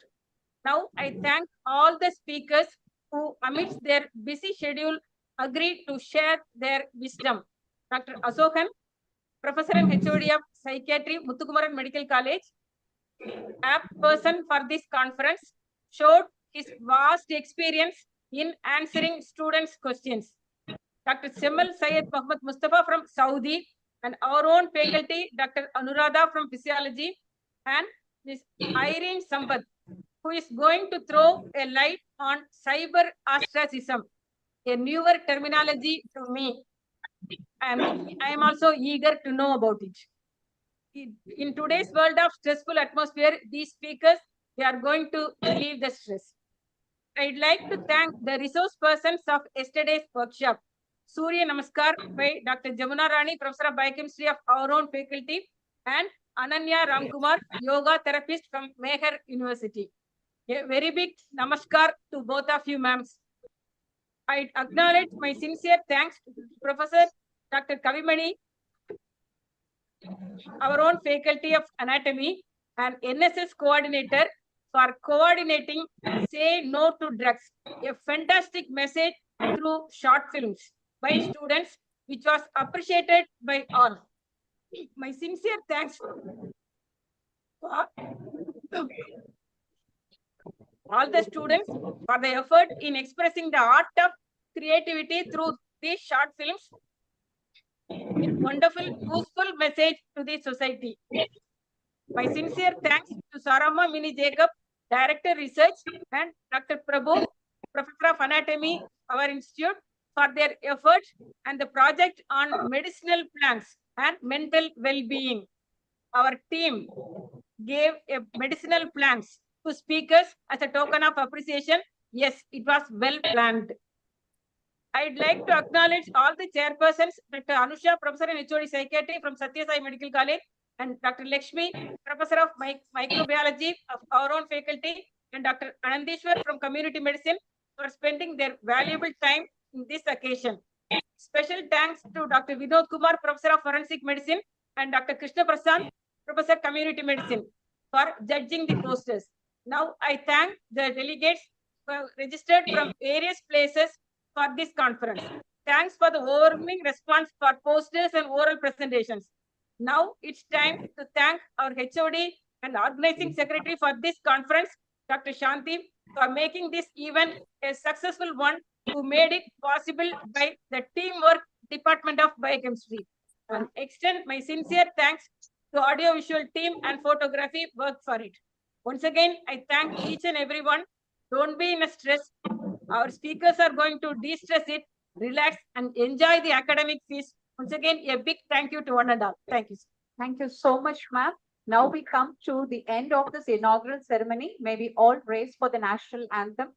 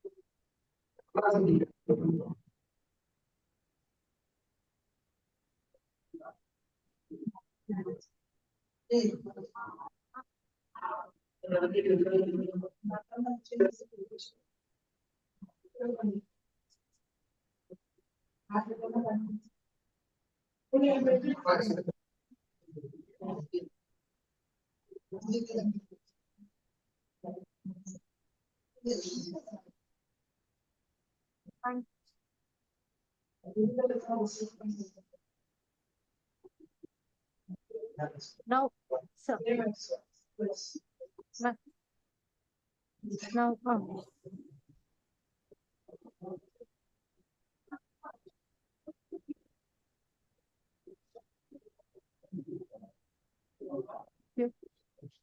thank you.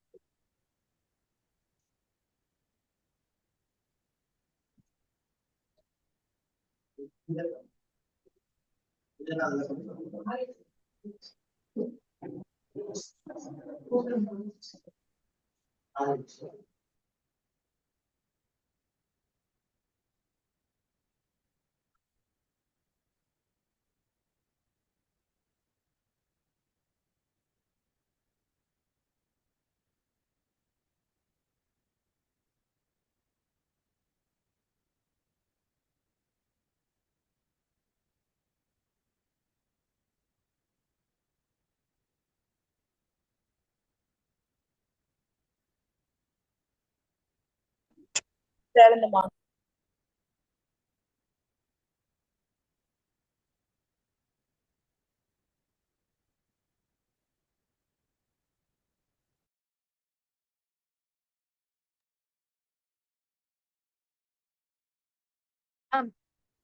We request our HOD ma'am to stay on the stage.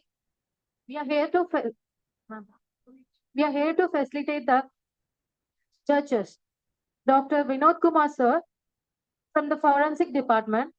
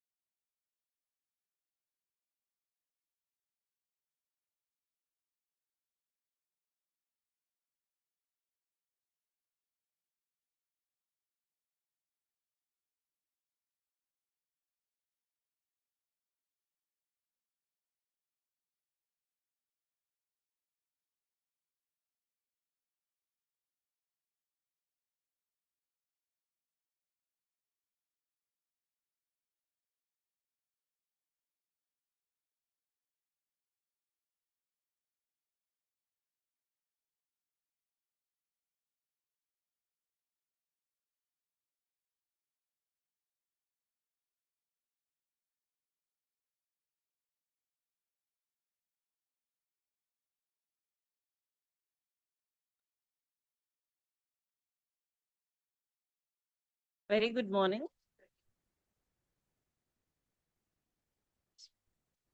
Very good morning to all. At the outset, I would like to thank the Department of Biochemistry for having me here to chair the next wonderful session by Dr. Semel Syed Mirasa Muhammad Mustafa. He did his MBBS from Government Stanley Medical College and he completed DLO from Kilpak Medical College. He did his MD Physiology from Sri Ramchandra Medical College, Porur, and he is a PhD holder in sports psychology. He initially worked as assistant professor in Ramchandra Medical College and then as associate professor in Sri Sathya Sai Medical College Institute. Dr. Syed Samal SML is currently working as associate professor in College of Medicine, Shakra University, Shakra campus. He is a lifetime member of Association of Physiologists of Tamil Nadu. He possesses the credit of publishing more than 31 research articles in peer-reviewed, high-index, reputed international journals, and he has authored over 8 books, which include Ulagai Neringi Varum Erikal, which is actually an asteroid nearing Earth, written in Tamil. Maruthuva Kalaichol Peragaradi, that means Medical Encyclopedic Dictionary. And then he has written Mudatre Ulagu Psycho-Endo-Immunoneurology for medical students. He has also written recent advances in fascinating world of psychosomatic medicine. And he has also written 2 science fiction books in Tamil, namely Ullarum Arade, Niraivana Inbam. It means neurobiology of physiology related to happiness. So he has authored so many wonderful books for the students' sake.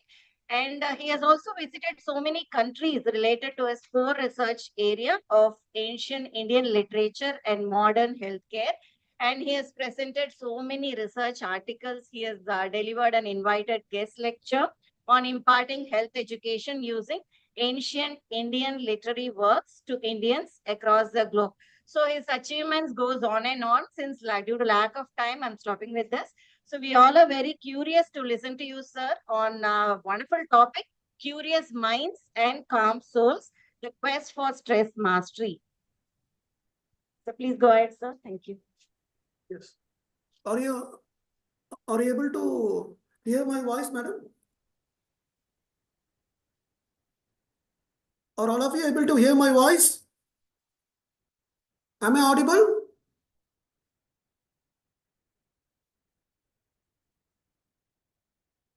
Am I audible?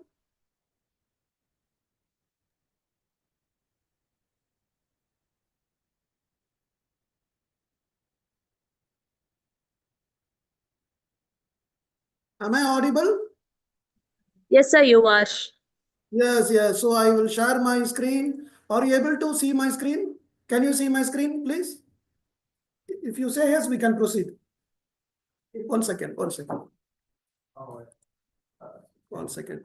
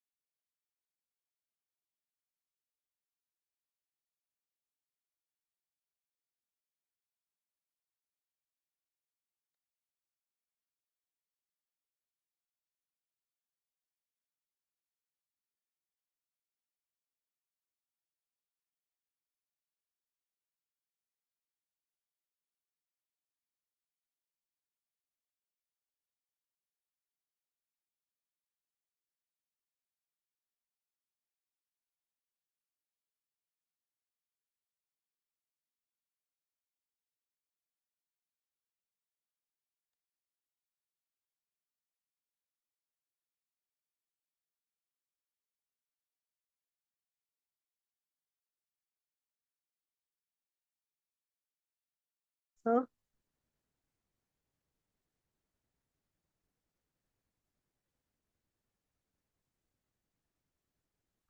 So, Dr. Sir, Said sir, please come on the line, sir. Can you please share the PPTs? So you are on mute, sir. Can you please change it into a voice mode? Can you please unmute yourself? It's not audible, sir.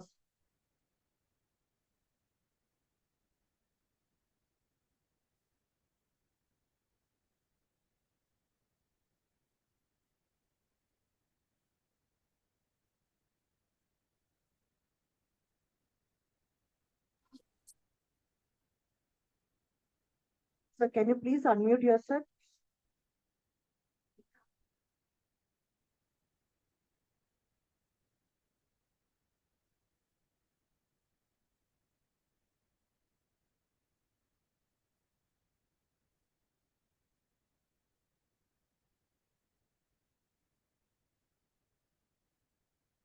Sir, can you hear me?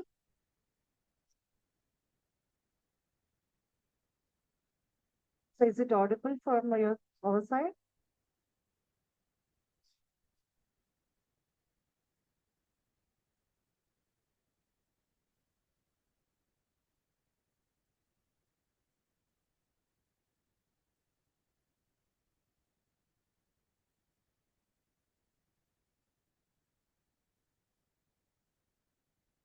Sir, can you please unmute yourself?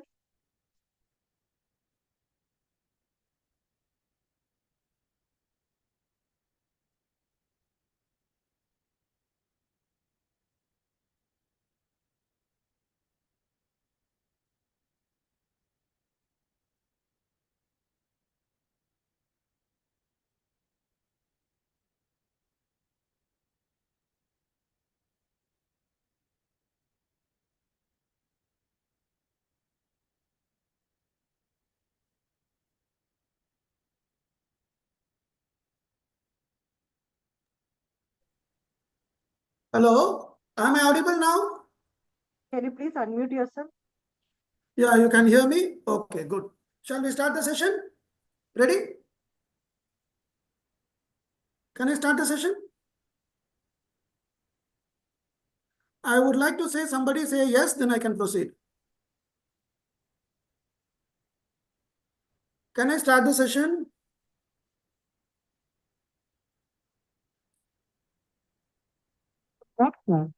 Yeah, thank you. Okay. To win something, you need to understand it first.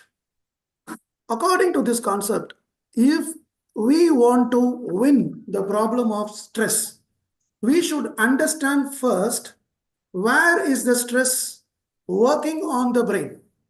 If you know where it is working, we will be able to win it. So now I am going to take you all into the following dimensions: the stress response and how crucial it is, survival mechanism, the hormones of stress and the brain, the impact of stress on the prefrontal cortex, the dark side of chronic stress, about neuroinflammation and mechanism by which it impairs cognition, and how brain recovers from stress. All of these things we are going to go. So I would be taking all of you into a short journey into the depths of the sea. What you can see in this picture is the Marina Trench. It's such a deep place in the earth. Like that, the neurobiology of stress and neurobehavioral science knowledge is a very deep area. We are going to discuss them now. Okay. First, what is stress? And stress response is crucial mechanism for survival. If anyone thinks stress is bad, so I don't like stress, I would like to stress the point that stress is good. The point is, stress becomes a problem if it is more or if it is chronic. If you have stress as a limited one, it is not a problem. So stress is good. That is what I'm trying to say. Stress is good, but there is a limit. Stress response is the most conserved response in evolution. When human beings evolved from lower organisms, the stress response was conserved carefully by nature. It has been transferred across the developmental stages of humanity. So stress is an unavoidable component of life. You cannot run away from stress. So stress response is crucial for a survival. It is a crucial survival mechanism. Brain is a detector of threatening information. So brain is like a radar. If a stress comes from any source, the brain will understand. Stress may be from outside, stress may be from inside. Inside means the organs, internal organs, if there is any issues with them, again the brain will detect. So brain is a great masterly detector of threat. So it is essential for survival. Stress response is good. But again, I say, if it becomes chronic or crosses a limit, it is a problem. So stress causes physical and emotional response to the challenges or threats. It triggers a flight or fright response. In short term, it is good. In long term, it is harmful. Evolutionary basis of stress. It is an adaptive response to environmental threat. Human beings have a long time faced threat, and they have evolved along, co-evolved along with threat, and it has been shaping the humanity. So stress has shaped humanity. Today we are here because stress has slowly moved out into this place. But the modern age, in the 20th and 21st century, human beings are suffering a lot because of stress, because they have crossed the threshold and gone to the other side of the U curve. We will see what two mechanisms. So that's central to survival and reproductive success. Evolutionarily conserved mechanism across the species, not only you and me. All organisms in this world face stress. Stress responses is shaped by selective pressures, and acute stress mechanisms is actually good for survival, predator-prey interactions. For every day, they used to say, every day in the morning in Africa, when a lion is waking up, the lion has to make sure it has to run faster than the deer to eat it. And the deer, when it wakes up in the morning, will decide that it has to be fastest than the lion to survive. So either one will be living on the day, either the lion will eat the deer or the deer will escape from the lion, and the lion has to die because of starvation. So this is how the things are going, okay? Now, stress hormones and brain. When we go into stress hormones and brain, wait a minute. I'm getting some incoming calls, I'm switching off the phone. Okay, stress hormones and brain. The use of stress hormones, cortisol, it increases the availability of glucose for the brain. It increases the focus, increases the decision-making capacity. Epinephrine primes the body for rapid action, flight or flight action. It primes. So there is a use of it. The impact of stress on the brain. Acute stress, I said it is good, because it increases the immediate activation of the amygdala, detects the threat and triggers the sympathetic nervous system, an integral part of the autonomic nervous system, an internal part of the central nervous system. So the adrenal glands will release epinephrine, increases the heart rate and blood pressure, increases the oxygen intake, it sharpens the senses, it increases alertness. So human beings are being able to be very alert when there is stress. It's good. But the HPA axis releases corticotrophin releasing hormone from the hypothalamus, stimulating the release of ACTH will produce ACTH, will cause the pituitary gland to then the adrenal glands to secrete cortisol. Finally, like this, the cortisol is coming out into the sleep. So brain stress response activates the HPA axis and releases cortisol, prepares the body for survival. But chronic activation is the problem. Chronic activation causes dysregulation. So the perception of threat by the brain is activation of the cascade of hormones via the HPA axis or the SAM axis. HPA axis is the hypothalamus pituitary adrenal axis, and the SAM axis is the sympathetic adrenocorticomedullary axis. So both of them will cause a release of stress hormones, adrenaline, epinephrine, cortisol, and norepinephrine, finally leading to immediate and long-term effect on the brain and structure. So these two axes, we used to hear a lot of axes in political science. They used to say this is the axis of the various countries, they used to say. But here inside the body, there are two axes. One is the HPA axis and the SAM axis. Students should know about these two beautiful axes which runs inside the body. And then we have to look into the prefrontal cortex, particularly. There are so many areas of the brain. One area which I would like to stress upon slightly and go next is the prefrontal cortex. The prefrontal cortex is integrally related to thinking process. It's an old concept used to say that resilient humans escape the bad impact of stress on the brain and are more susceptible. They used to say if you are a very powerful, resilient person, stress will not affect you. No. Stress is integral. Stress will affect you. It is good if it is limited. The new concept is the susceptible individuals lack the adaptive changes that occur in the resilient brain. You will not be able to come out of the stress, or you are not able to handle the stress.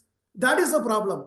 To be very simple, you face stress, you say that it doesn't escape from the impact. No, the impact will come and you have to remodel and you have to modify it and you have to move. That is how. Stress is not bad. Stress, you should know how to handle the stress. So acute stress readies us for action. Chronic stress will cause wearing down, altering the brain neurologically, genetically, priming us for mental health problems. So during life-threatening situation, what happens? So hormones and neurotransmitters prepare the human being for action. The specific stress hormones, cortisol, are released and surges into the blood-brain barrier. The stress gets everywhere. All the cells of the body are affected by the cortisol. Cortisol host receptors are sent everywhere. Most of the tissues of the body, most of the cells of the body have a receptor for cortisol. The human brain itself has two types of receptor for cortisol. This is a beautiful point.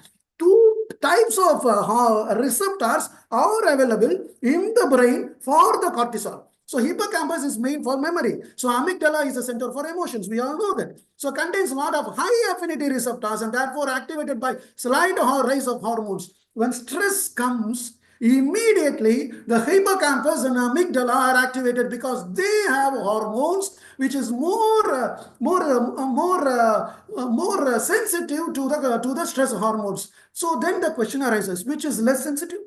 Who is the other fellow? That we will see. So what happens is the frontal lobe plays a role in executive planning and controlling. It has a low affinity receptor. So according to this point, the hippocampus and amygdala have high sensitive to stress. Amygdala. So what is emotions? We are talking in a cell phone. Suddenly a stressful news comes, our exam results come. That is the most common stress news for the students. When the exam results comes, it blows up your marks. Immediately you lose interest. You are planning to go for a cinema and now you have cancelled everything. What happens is immediately the response will be like that. But what happens? The frontal lobe will also have receptors, but a less affinity, low affinity receptors. They get activated after a tide has risen, tide of cortisol hormone. So both memory formation and recall are influenced by cortisol. Stress hormones have two receptor types and act on the brain. Response to stress is not linear. The relationship between the circulating stress hormones and memory is an inverted U shape. It is an inverted U. You draw like this. Here you draw like this. It's an inverted U shape. So the importance of prefrontal cortex, I have to discuss about prefrontal cortex to you because that is important for the modern society. So recently a world weakened by the exposure to stress, switching control of behavior to more primitive brain circuits. You will be going to primitive brain circuits. That is very important. A very intelligent person, when he encounters a stress, behaves abnormally. We used to say, what is wrong with this person? He used to be very intelligent, very nice person, well-behaved person. Suddenly he becomes abnormally. What happens is switching control of behavior to more primitive brain circuits. இந்த பேய் ஓட்டுறதுன்னு சொல்லுவாங்க, பேய் பிடிச்சிக்கிச்சுன்னு சொல்லுவாங்க. திடீர்னு நல்லா தான் இருந்தாங்க, திடீர்னு அந்த அம்மா பேய் பிடிச்சிக்கிட்ட மாதிரி இருந்துச்சு. What happened is the brain is switching the control of behavior to primitive brain circuits. So that is the reason. When we are in stress, we will not be able to decide properly. We will not be able to think properly. We will not be able to make a decision properly. So physiological or psychological stress impairs the prefrontal cortex function when the organism feels threatened or out of control. Two things should happen. You should feel you are threatened. Second, you should feel that you have no control on what is happening. In these kind of situations, the prefrontal understands that your stress level increases. So strongly functioning prefrontal cortex is important for modern society, and this prefrontal cortex is affected by stress. Now you understand the problem. Okay, then what is the use of prefrontal cortex? It provides a goal-directed regulation of thoughts, actions, emotions, gives the spatial ability to generate and maintain mental representation in absence of sensory stimulation, foundation of the abstract thought. This is one thing which I want the students to understand. What makes human beings totally different from other organisms? We have the ability for abstract thinking. What do you mean by abstract thinking? It gives a spatial ability, the special ability to generate and sustain mental representation in the absence of sensory stimulation. For example, if you keep food, a dog will be happy to eat it. But a human being can order in Zomato about a food. The food has not arrived, but I can imagine about how I am going to eat the food. I can plan the food. How I will be even having an idea. The food will be coming. What I will do. What one part I will eat. One part I will keep in the fridge for tomorrow. All these things are done by sensory stimulation absence. The food has not still arrived. This makes human beings unique. So this is the real problem for us also. Because even before a problem comes, we can imagine the problem and we can become stressful. So this is a blessing in disguise. If you are a lower animal, you don't feel that much of stress. If you're a higher animal as a human being, you will have the capacity and foundation for abstract thinking. And that is a problem human beings face more stress. So can we say we become lower animals to escape from stress? No, we have to learn how the stress affects the brain, and we have to know how to rewire the brain and escape from the problems. So prefrontal cortex operations can be decreased by exposure to like hypoxia, trauma, inflammation, and psychological stresses. So this is about the females with circulating estrogen have a greater response to stress. So they have more responsiveness. So stress is affecting the female gender more than males. So the good news is reversal of spine and dendritic loss can also be seen in extended periods of non-stress resilience decreases with age. What is spine? What I'm talking about? Am I speaking about the spinal cord? No, I'm speaking about the spine in the parts of the neurons in the frontal lobe. So now we'll go into the dark side of the chronic stress. What is the dark side? Hippocampus will shrink. If you put a person in a problem situation, continuous problem, daily problem, he is never happy. He is being faced with a lot of problems continuously in life. What will happen? His hippocampus will shrink. His memory and learning will be impaired. His amygdala will be enlarged. He will have a heightened fear and anxiety sensation. His prefrontal cortex will weaken. He will have a poor focus, and decisions will be very bad. Impulse control will be less. He will be taking hasty decisions very fast. This impulse control, what is this impulse control? For example, two people are walking near the railway track. One person has no stress. He will look at the train. He will be very happy. He will be shaking his hands, waving his hands, saying bye-bye. The other person, he is in deep stress. The train is coming. His brain will think here is a metal object moving on another metal object. As a human being, if you jump into the track, this metal objects will finish your problems very fast. That is how the brain will think. Impaired thinking, focus will be, decision will be wrong. So impulse will come. For us also, sometimes we feel like when we go to the top of the building, we feel like jumping. That's the internal, the id, ego, superego concepts used to come. But we never jump out of the building. But these people, when they are in stress, they take the decision of jumping into the train and die. So we used to wonder, why this person jumped into the train? How can he do this? Because his impulse control is gone because he's in chronic stress. So we need to take care of people who are having chronic stress. So what happens to the chronic stress, uncontrollable stress? Loss of spines and dendrites in the prefrontal cortex. Why in this area? Because they are recently evolved brain regions that provides a top-down regulation of thought, action, and emotion. Prefrontal cortex neurons where recurrent excitatory connections on spines and persistent firing will cause a foundation of higher cognition. My dear viewers, now I will say to you the secret why the prefrontal cortex is more vulnerable to stress, because this fellow is a young fellow. He is a recently added area. Recently evolved, the hardwired old parts of the brain can handle, but this recently evolved sensitive area, very, very helpful for human beings to survive in the 21st century, is also more vulnerable to stress.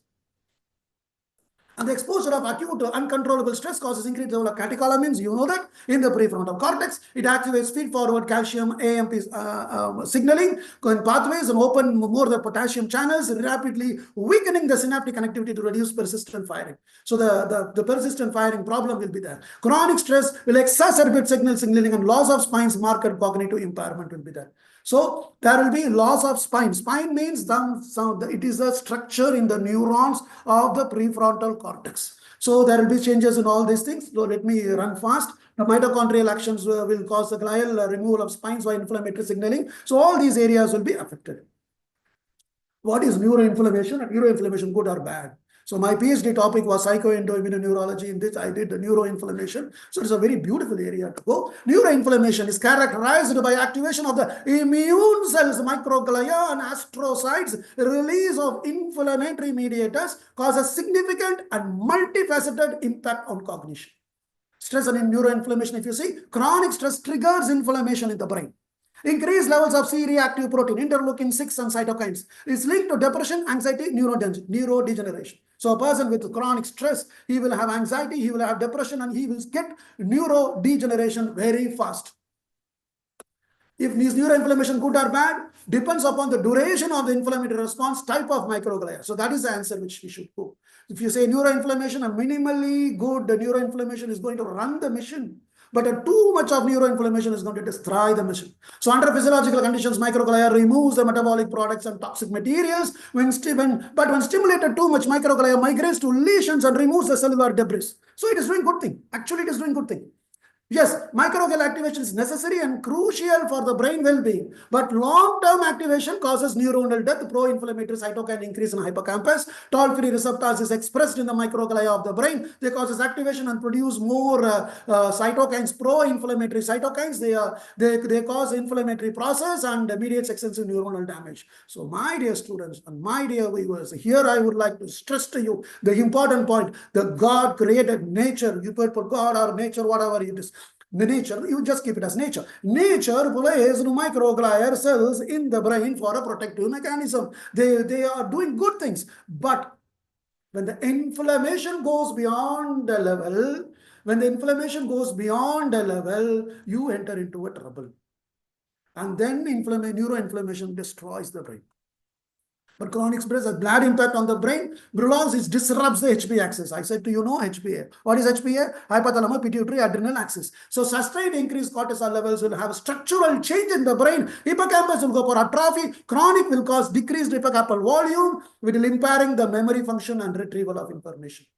Okay. So let us see the mechanism by which neuroinflammation impacts cognition. I'm saying to you, neuroinflammation affects the brain, affects the brain, affects the brain. How it is going to do? Let us go into the molecular level mechanism of how neuroinflammation impairs cognition. One, by disrupting the synaptic function and plasticity, the synaptic connections in the brain, neurons will be affected. The neuronal synaptic laws will be there. Neurons will be lost. The blood-brain barrier will be disrupted. The brain networks functional will be altered. And cognitive areas of the brain will go for atrophy. 5 mechanisms of neuroinflammation affecting cognition. We will go fast through one of them. 1. Cognitive impairment causes impaired memory, learning, hippocampus area, and prefrontal cortex. Synaptic loss will be causing decreased attention deficit will be happening, hippocampus cortex. And blood-brain barrier disruption will cause acute confusion, delirium. Students should understand how delirium occurs. Because the blood-brain barrier is disrupted, the mother which is saving the brain, which is covering the brain, is gone. So when the blood-brain barrier is not there, it causes acute confusion and delirium, global impact. The network connectivity will be reduction. Executive functioning, slow processing will be there. You ask him a question, he will answer after 2 minutes. He is not able to immediately answer. So this is prefrontal cortex, hippocampus. Hippocampus is the library from which information is retrieved. When the library is closed, we will not be able to get information fast. Okay, then brain atrophy will be there. Long-term cognitive decline will be there. Hippocampus and prefrontal cortex are the key regions in which brain atrophies can be seen. Synaptic dysfunction, neuronal loss, blood-brain barrier disruption, network connectivity reduction, atrophy of the brain. So let us go back to this. The neuroinflammation, the inflammation, alarchiன்னு தமிழ்ல சொல்லுவாங்க. அழற்சின்னு அழகான சொல் தமிழ்ல இருக்கு. Alarchi. When there is a neuroinflammation in the brain, it causes disruption of the synaptic plasticity. It causes loss of neurons. It disrupts the blood-brain barrier. It alters the brain networks. It causes atrophy of the cognitive regions of the brain. So what we have seen in the table, it is here. We can just skip them. And now the microglia is a resident macrophage in the brain. You have to know all these things. So this is how the dendritic atrophy will be there. This is a control case of chronic stress. In the early stage of the stress, you can see how it is going. There is decreased dendritic complexity. Okay, you can see the picture is very nice picture. It shows decreased network integration. Neurogenesis will be reduced. So hippocampal volume will be reduced, hippocampal becomes smaller, particularly in the dentate gyrus and CA subfield. So impaired memory functions will be there. So glial alterations will be there, increased glial cell density can be seen in hippocampus. Now, coming to the heart of the topic, I have said to you, what is stress? I have said to you, what is the way in which stress has been preserved by nature through the evolutionary process and taken carefully until this day. I have said to you stress is good, and I said to you stress is a problem if it is chronic. Now, what the mechanisms also, the molecular level mechanisms we have seen, the pathophysiological mechanisms, the pathways by which the stress affects the brain, we have seen. Seeing everything, now we should need an answer. Doctor, how can I recover from this stress? How can I come back? Is it a dead end? Am I doomed because of the stress covering me? No. You can come out. Can the brain recover from stress? Yes. Neuroplasticity, it is a blessing God has given. Nature has endowed on the brain. That is the brain's ability to rewire and heal itself. You don't need anything to do. It can rewire, it can heal itself. Such a marvelous piece. They used to say brain is the most complicated structure in the universe, not on earth, in the universe. So what it can do? It can heal and rewire itself. What do you mean by rewiring? The connections which were lost can be brought back. Why? Who is going to do? The marvelous mystery of the brain, the glial cells. All of you should understand that the glial cells are more powerful and more intelligent than the neurons. The glial cells are more intelligent than the neurons. How is this? It is because of their ability. So the mindful strategies are, it causes mindfulness, exercise, therapy, support, nutrition, sleep. 5 things you should do. 1, mindfulness. Mindfulness means it should be a calm environment inside the brain. Most of us have a problem. We used to say, I'm going for meditation.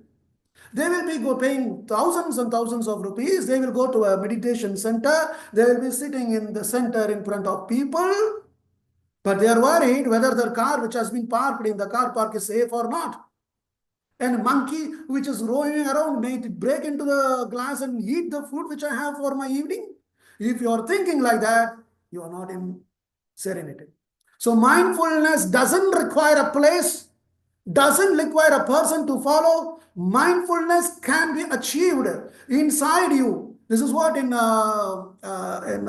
ancient words they used to say, Iyakathanul amaidi, amaidinul iyakam. So when, according to the mythology, when Arjuna was fighting the war, the Krishna will be saying to him, Iyakathanul amaidi, amaidinul iyakam. You should have. He is an advice by Krishna to Arjuna. What do you mean by this? Iyakathanul amaidi. You are working when you should know how to be peaceful when you are working. Iyakathanul amaidi. You should know how to be peaceful when you are working. And when you are peaceful, you should know how to work. This is what Krishna says to Arjuna. We may wonder, what is this? When you are working, you have to be peaceful. When you are peaceful, you have to be working. Yes, that is mindfulness. When you are in even a person is trained in mindfulness, even when he's sitting in the classroom or attending this lecture right now, he can go into a serene state by himself. And inside the serene state, people will look at him and say, this fellow is sleeping. He is simply sitting. No, he is deeply introspecting into something. So, Iyakathanul amaidinul iyakam means you have to get peace of mind in stress, and in that peace of mind, lot of things should be thinking. So, your thinking should be in another plane, another dimension, which people around you will think you are not thinking. So, that is mindfulness. Exercise. Regular exercise is needed for the brain health. Therapy and nutrition. You need to eat good food. People used to ask what to eat, vegetarian or non-vegetarian. I used to say, ask evolution. Don't ask anyone. Ask evolution what to eat. Evolution has already given you a recipe what to eat. Follow it. And nutrition should be good. And then the therapy and support. Some good support by friends and family members are supposed to be good for us. And sleep is very important, which we don't have, including me. We don't sleep properly. We have to sleep 6 hours. We have to sleep 7 hours. We advise everybody, and our Facebook, WhatsApp journeys in the when we burn the midnight oil, we burn it only in the Twitter. We burn it in the YouTube. We burn it in the Facebook and WhatsApp.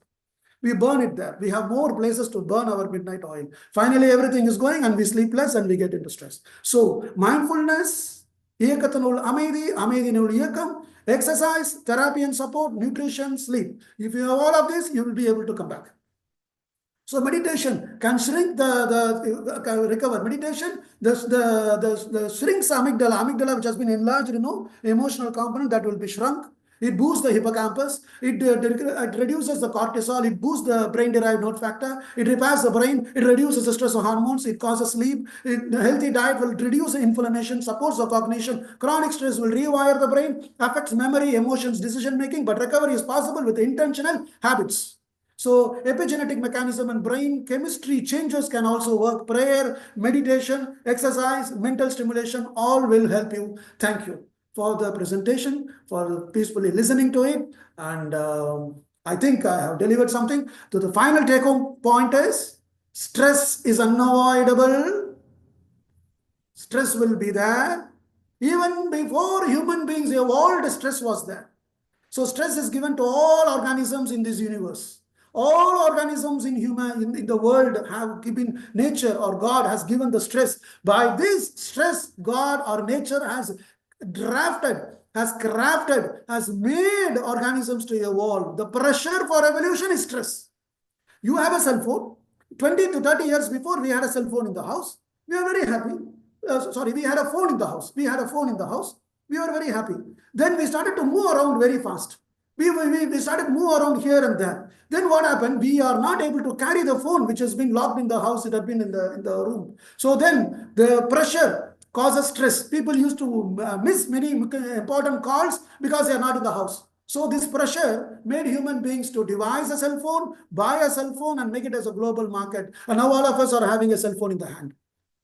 What happened? The stress of missing a phone call made us to go into cell phone use. So stress is not bad. But the problem is this cell phone, which we thought will be useful for attending important calls, has become one more extra organ of the human body.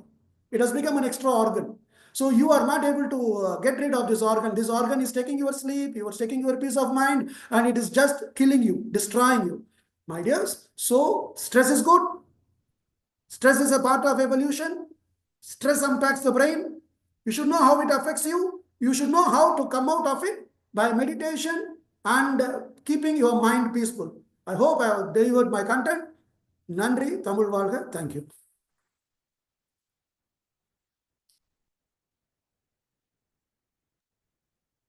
Thank you so much, sir. That was really a very wonderful and very informative talk. And you told us everything about stress, physiology, neurology, psychology, all very informative for the medicos as such. And I was so surprised to listen like stress is actually good for us. Like in those days we used to see one advertisement, Kara Nalladu. Like that, stress is good. It is how we handle the stress and how we face the stress is actually what matters. And really, a question from my side is like regarding the quest for stress mastery.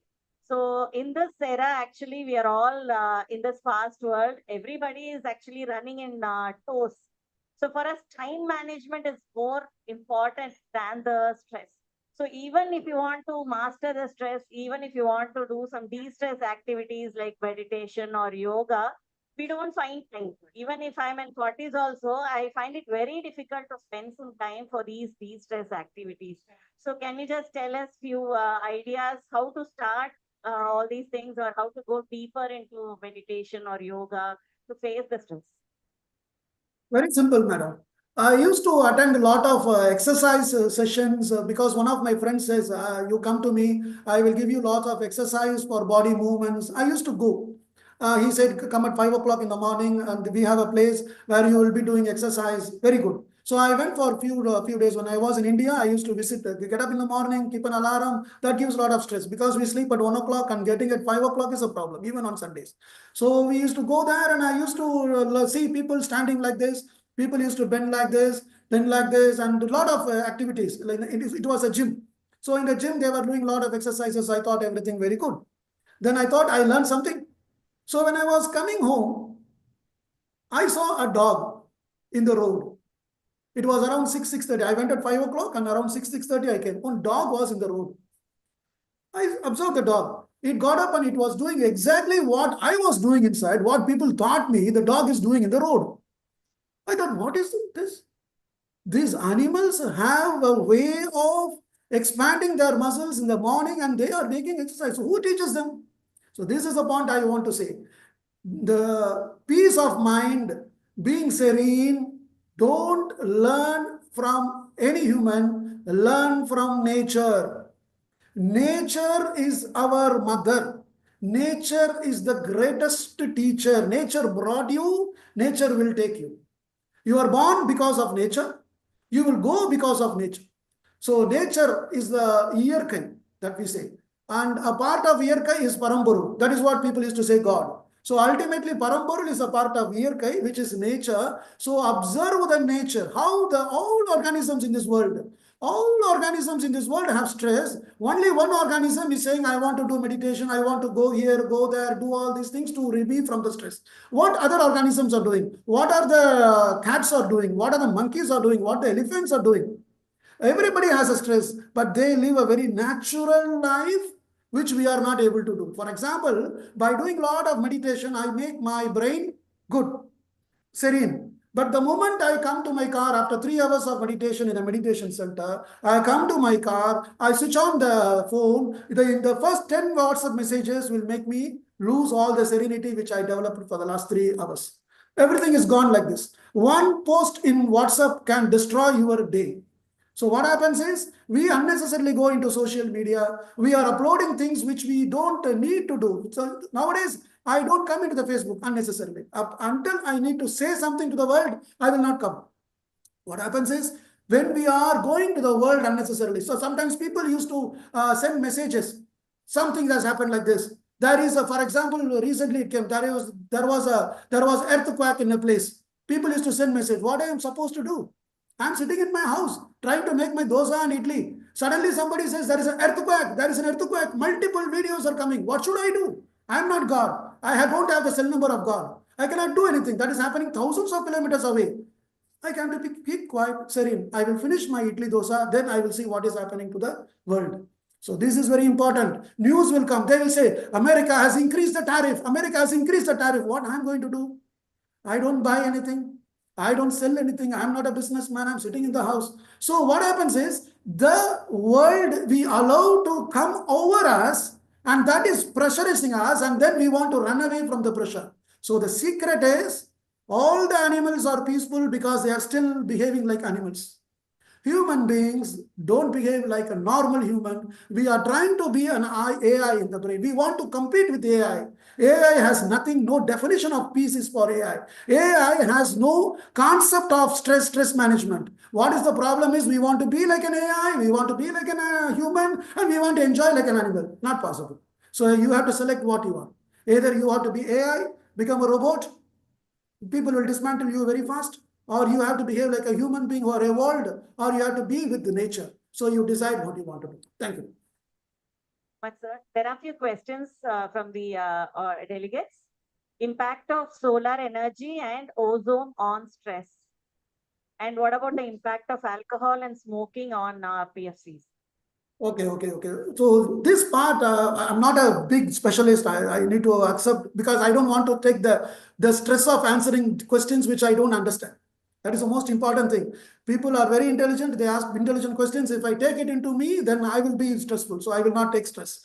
Okay. But the point is, the solar energy and ozone. One thing here, I remember studying an article some 10 to 15 years before, when I was in SRMC. I read an article, beautiful article. They did an article by a scientist from Israel. They did it. What they did it, they had a research, it's a research international article. If you can go 10 years before to the PubMed, you can get this article, Influence of Solar Energy on Requirement of Analgesics in Patients.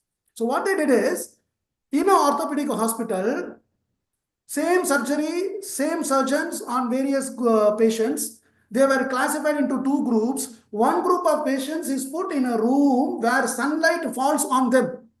Another set of patients were put in a room where sunlight doesn't fall on them. Your usual intensive care ward. I always wonder why this intensive care ward is like a locker of the Reserve Bank of India.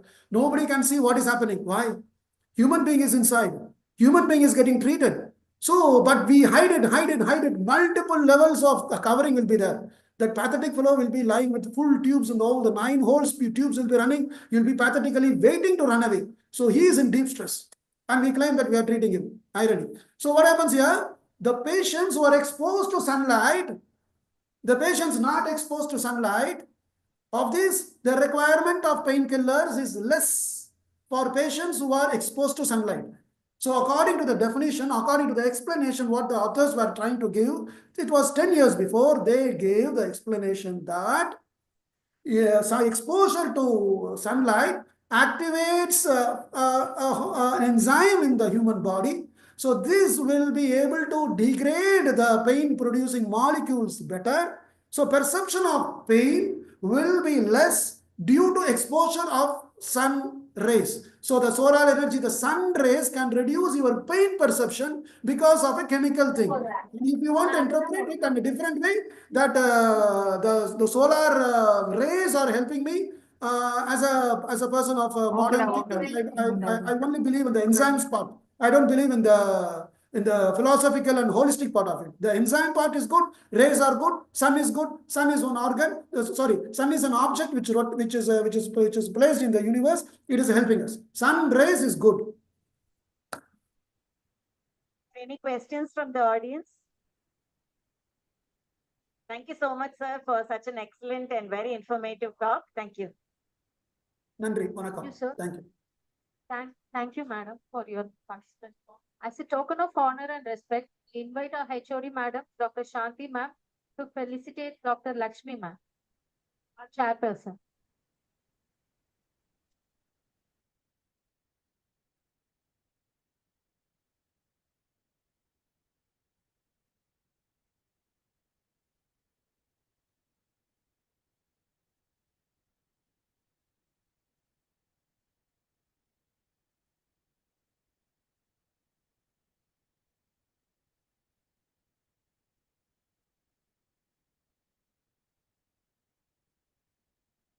Thank you, ma'am.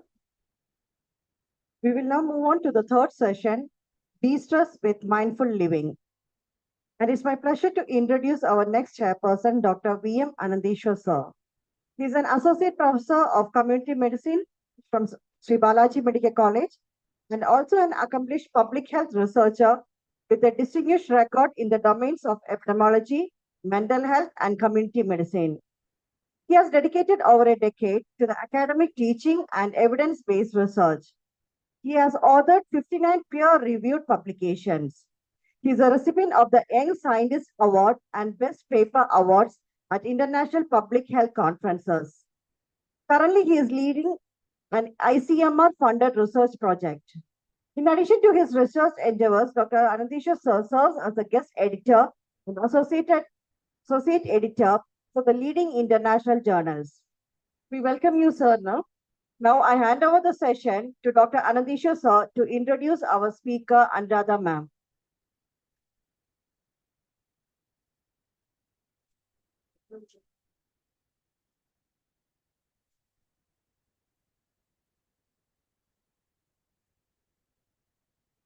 Good afternoon, one and all. I feel privileged to introduce Dr. Anuradha ma'am from Department of Physiology. She has completed her MBBS from PhD Institute of Medical Science, Coimbatore, and MD Physiology from Madras Medical College, Chennai. She has completed various courses on Kundalini Yoga and simplified Kundalini Yoga, and she has a diploma in Yoga, Yogasana Alayam from in the year 2005. She also has completed courses on Reiki, acupressure, and acupuncture. She is a fellow of High Life Self-Inquiry Academy. She has more than 18 years of teaching experiences in various medical and dental college. She is now currently working as an associate professor in Department of Physiology, SBMCH. She has given more than 20 guest lectures in various medical and dental colleges. Her field of interest include yoga, naturopathy, women's health, and fitness. We welcome you, ma'am, to deliver the session.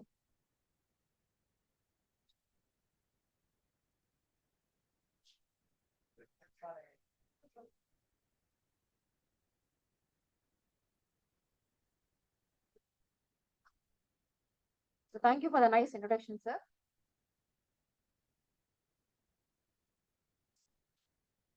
Good afternoon to all.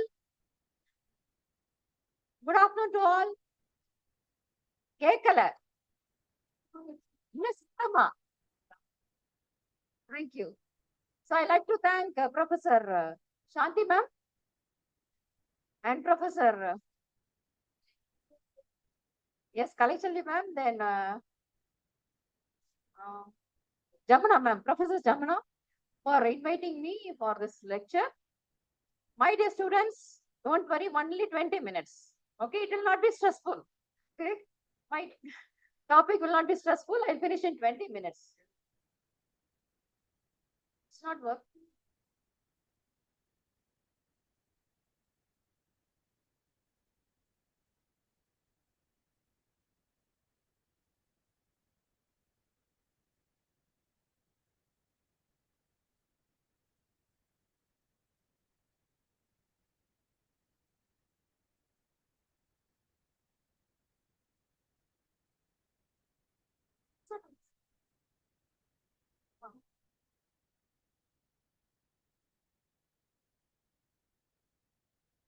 Yes, you might have learned a lot about stress.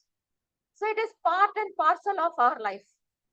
ஓடவும் முடியாது, ஒளியவும் முடியாது. So we have to adapt and live with the stress. So how to approach stress? Any type of stress. Like sitting during lunchtime also is stress. So this is by the principle 90:10. Actually, for any problem, only 10% is the actual problem. Remaining 90% is how we approach. That is the 90:10 principle by Stephen Covey. Which is the prone age group for stress? Adolescent age, especially college students. And why? Similar sir has given nice explanation regarding this. Our limbic system and the reward center in the hypothalamus will mature faster during adolescent age, whereas prefrontal areas will start maturing. An imbalance between these two lead to more prone for stress during adolescence.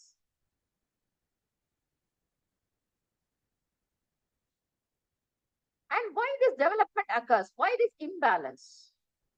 Actually, this development is needed for the smooth transition of adolescent period to the adult period. The thing is how we are handling with the support of the parents and teachers. That's the thing. And usually the reasons for stress in medicos. One is packed schedule. Nothing can be done. Only we have to adapt ourselves towards that. Second is inadequate sleep. I'll come to that later. Next is poor organizing habit. That we only should cultivate to allocate time and give prioritize the things and do with it to reduce stress. So we are going to face stress. If we are not able to cope up with the stress, what will happen? It will lead to depression. What usually we'll do when we are depressed? We'll sit in one place, will not move out. That is one thing. Next is eating. Order from Swiggy, Zomato and eat well. Okay, not well, eat more. That is the thing. So it will lead to weight gain. So it is a vicious cycle. Ultimately, it will end in all psychiatric disorder, also metabolic syndrome. So how to move from this stress, that is negative stress, to positive stress? Let me give the tips for this. We have tools for mindful living. 3S, self-inquiry, smile, and silence, along with altruism. What is self-inquiry? Realizing our own potential. So all of you joined MBBS, realizing your ability. You know all of you will become a good doctors. So you realize your potential and then you do the action. So this is what I told. You accept, you realize your potential, accept, adapt to the situation and move on. So first thing. Next is see. Sleep. eating habits, exercise. Ask yourself, am I sleep adequately? Yes, how many of you sleeping? What is the normal sleeping time required?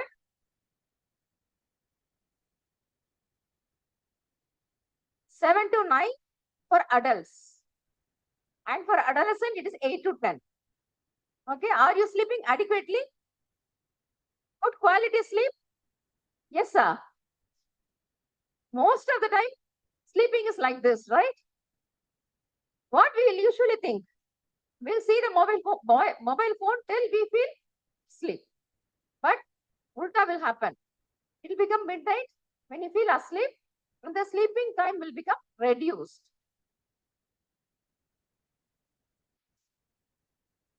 So what will happen? When the sleep is reduced, our health, physical health will be disturbed. So for that, we should avoid gadgets. We should avoid gadgets after 9 p.m. and in your bedroom, avoid bright lights. Put a small light or dim light. This dim light or darkness will stimulate our melatonin. Melatonin is a hormone which is needed for our good sleep. And avoid chatting or using any type of gadgets, or avoid night shift works like that. So we can have a good sleep to maintain good health. Next question we should ask ourselves is, am I eating right? When we are hungry, immediately we'll try to order this type of food which is rich in sugar. But is it good? No. These all things comes under ultra processed category. Avoid ultra processed food and try to take whole food like or unprocessed food or minimally processed food. Ultimately, eating should be mindful. All of us during celebrations will eat food, but eat food like a celebration. First, see the food, touch the food, enjoy the flavor, then keep it in the mouth, enjoy the taste, and then eat slowly. Okay, celebrate eating. That is called mindful eating. Why it is needed? For the proper secretion of our saliva as well as gastric hormone. I hope all of you remember the cephalic phase, right? So all this will stimulate cephalic phase of gastric juice secretion. So our stomach will be ready with gastric juice to completely digest the food material. But usually what we do, we'll see movie and we eat. So what will happen? Our secretion will not be adequate for complete digestion. So digestion will not be proper. One thing. Second thing is, we'll not know what we are eating. We'll eat more than we need. So always eat what is needed. When you are hungry, eat unprocessed food and eat right quantity. You should know how much you need for your health. Okay, eat right quantity of food at right time. But once you watch television or any type of gadgets and eat, all this will be disturbed. We'll eat more, we'll eat unhealthy food, and we'll eat at wrong time, untime. So all will disturb our physical health, ultimately mental health. Because physical health and mental health go in hand. Once we are upset, our physical body also will become dull. And once physically we are sick, we'll feel depressed. Okay, so both will go hand in hand. And you know, brain gut axis, the brain function depends on the food what we eat. So to maintain good mental health and also to reduce stress, we should eat healthy food at right time, at right quantity. Next, about physical health.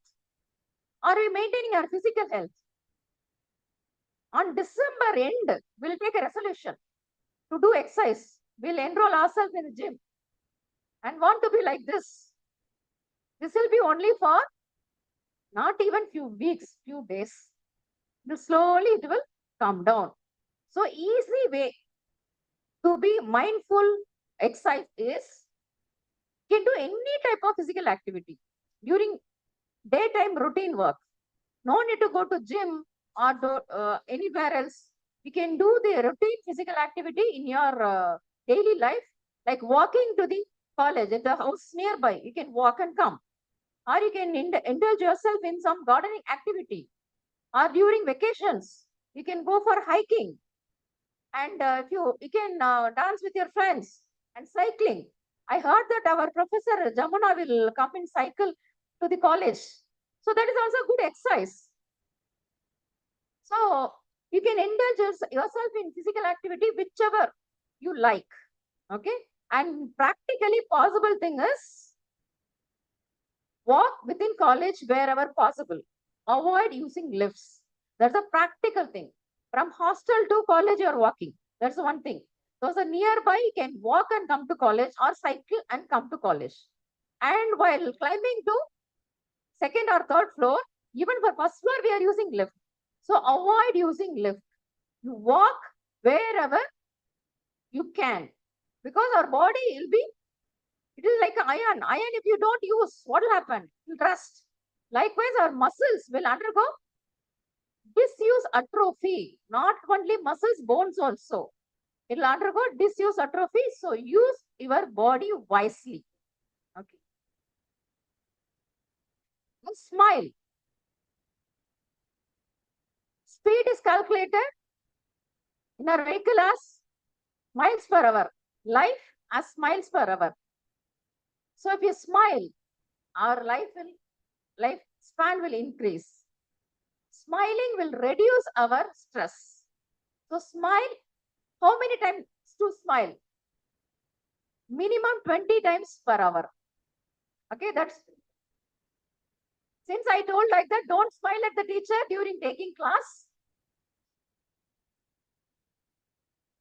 You can smile yourself, or you can see your friends and smile, but make the habit of smiling frequently. This will release the happy hormones in the brain and decrease the stress. The easy way, cost-free way to reduce stress. Next, silence. How silence helps? At least in 24 hours, a few minutes, be alone and be silent. Observe yourself. That will increase our self-awareness. And for students, it will increase the concentration. And it will improve your creativity. And you can improve yourself. Also, it will reduce the stress. So silence also is the best medicine. Next, altruism. That is helping others without expecting any return. That is called altruism. If we do it, ultimately, our brain will release happy hormones. How many of you felt like this? I felt many times. When you help anybody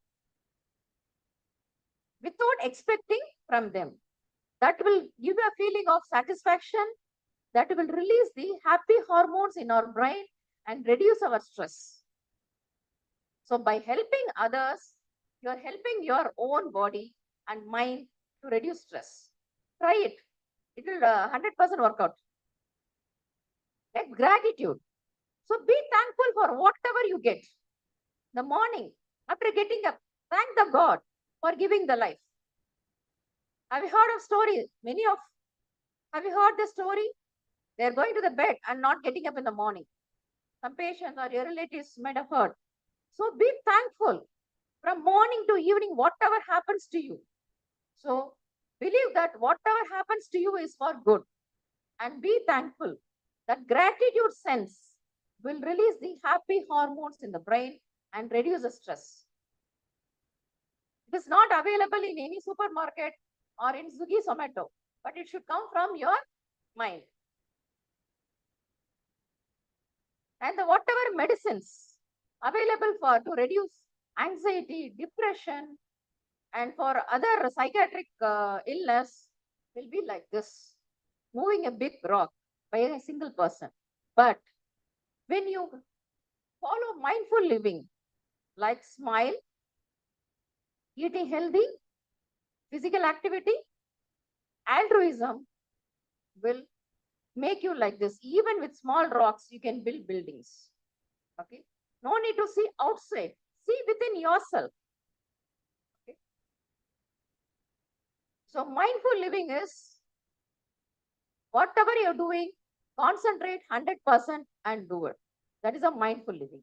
While eating, you concentrate on the food and eat. While playing, enjoy playing. While chatting with your friends, involve yourselves. That is called mindful living. That will release the happy hormones in the brain.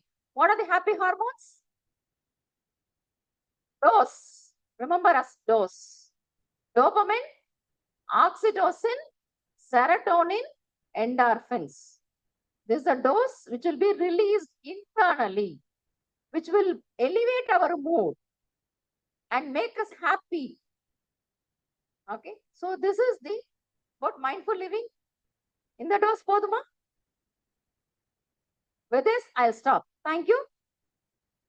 So I'd like to thank my well-wisher from Dr. Anand only. I learned this mindful living 5 years ago, and he's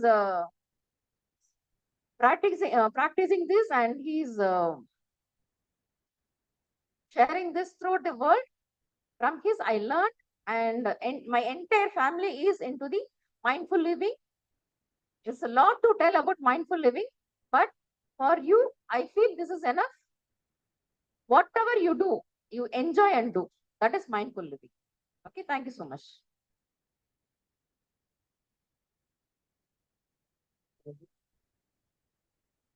Thank you, ma'am. It was a wonderful session. Any questions from the audience?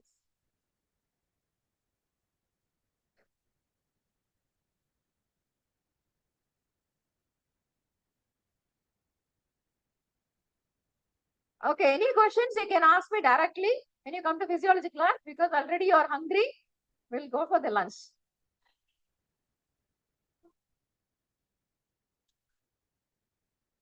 Thank you, ma'am. Thank you, ma'am, for the informative and insightful talk. Now, as a token of honor and respect, I invite our Professor Dr. Kalaiselvi ma'am to felicitate Anuradha ma'am.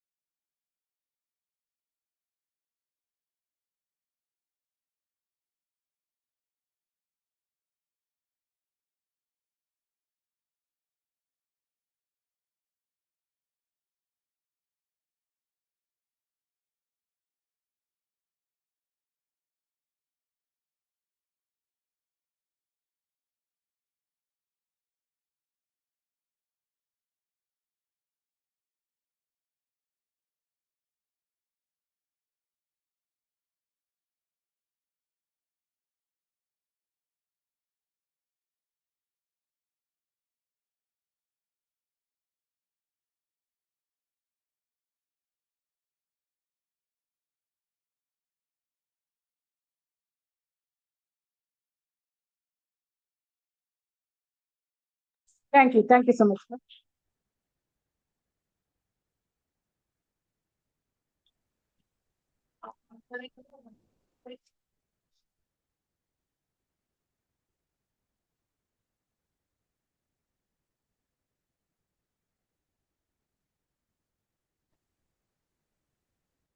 இன்னைக்கு பாருங்க Scott requested to meet the student today at 2:45 p.m. 6th floor. Thank you, ma'am. Now we will have our entry session. Just so I'll just announce the prize winners for the e-poster. So the faculty criteria, the first prize goes to Dr. Richa Goel, Associate Professor from Kalpana Chawla Government Medical College. And the topic was vitamin deficiency, a real culprit behind schizophrenia. And the second prize, Dr. Vidya Logini, Professor from Bharat Medical College.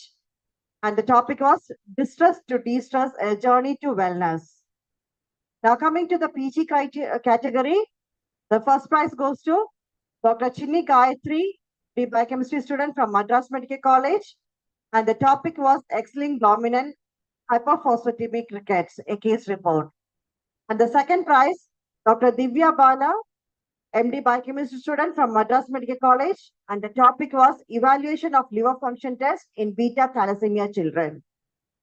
Now coming to the UG category, the first prize, Ms. Ritika Sri, first MBBS student from Sri Balaji Medical College, and the topic antioxidants. Now the second prize, Dr. Macy Fedora, that is student from SRM Medical College, and the topic was maternal distress and its effect on child development. Now moving on to the oral presentation prizes. The faculty prizes, the first prize, Ms. Leah Elizabeth Verghese, lecturer from Saptagiri Institute, and the topic was evaluating the impact of time management on academic performance among students. And the second prize, the R. Srihari, assistant professor from PSP Medical College, topic effect of stress on psychosocial health among school-going adolescents in Chennai. And the PG category, the first prize, Dr. K. Sanmati, Dr. MD, biochemistry student from Government Kilpop Medical College, topic multiple myeloma, a case report. And the second prize, Dr. Sudarshan MS, MD, biochemistry student from SRM Medical College, and the topic association of serum TREM2 with acute coronary syndrome severity, a cross-sectional study. Now, thank you so much. And now we'll just conclude the session. And by this, we're concluding our conference. And I would like to express my sincere gratitude to everyone who attended here. So we hope you found the event valuable, and we look forward for the next session for future events.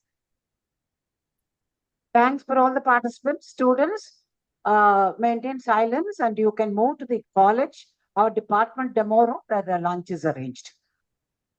Okay, please move on without much of disturbance. Students, you have to collect the tokens from the department. Please collect the lunch tokens for going to the last demo room.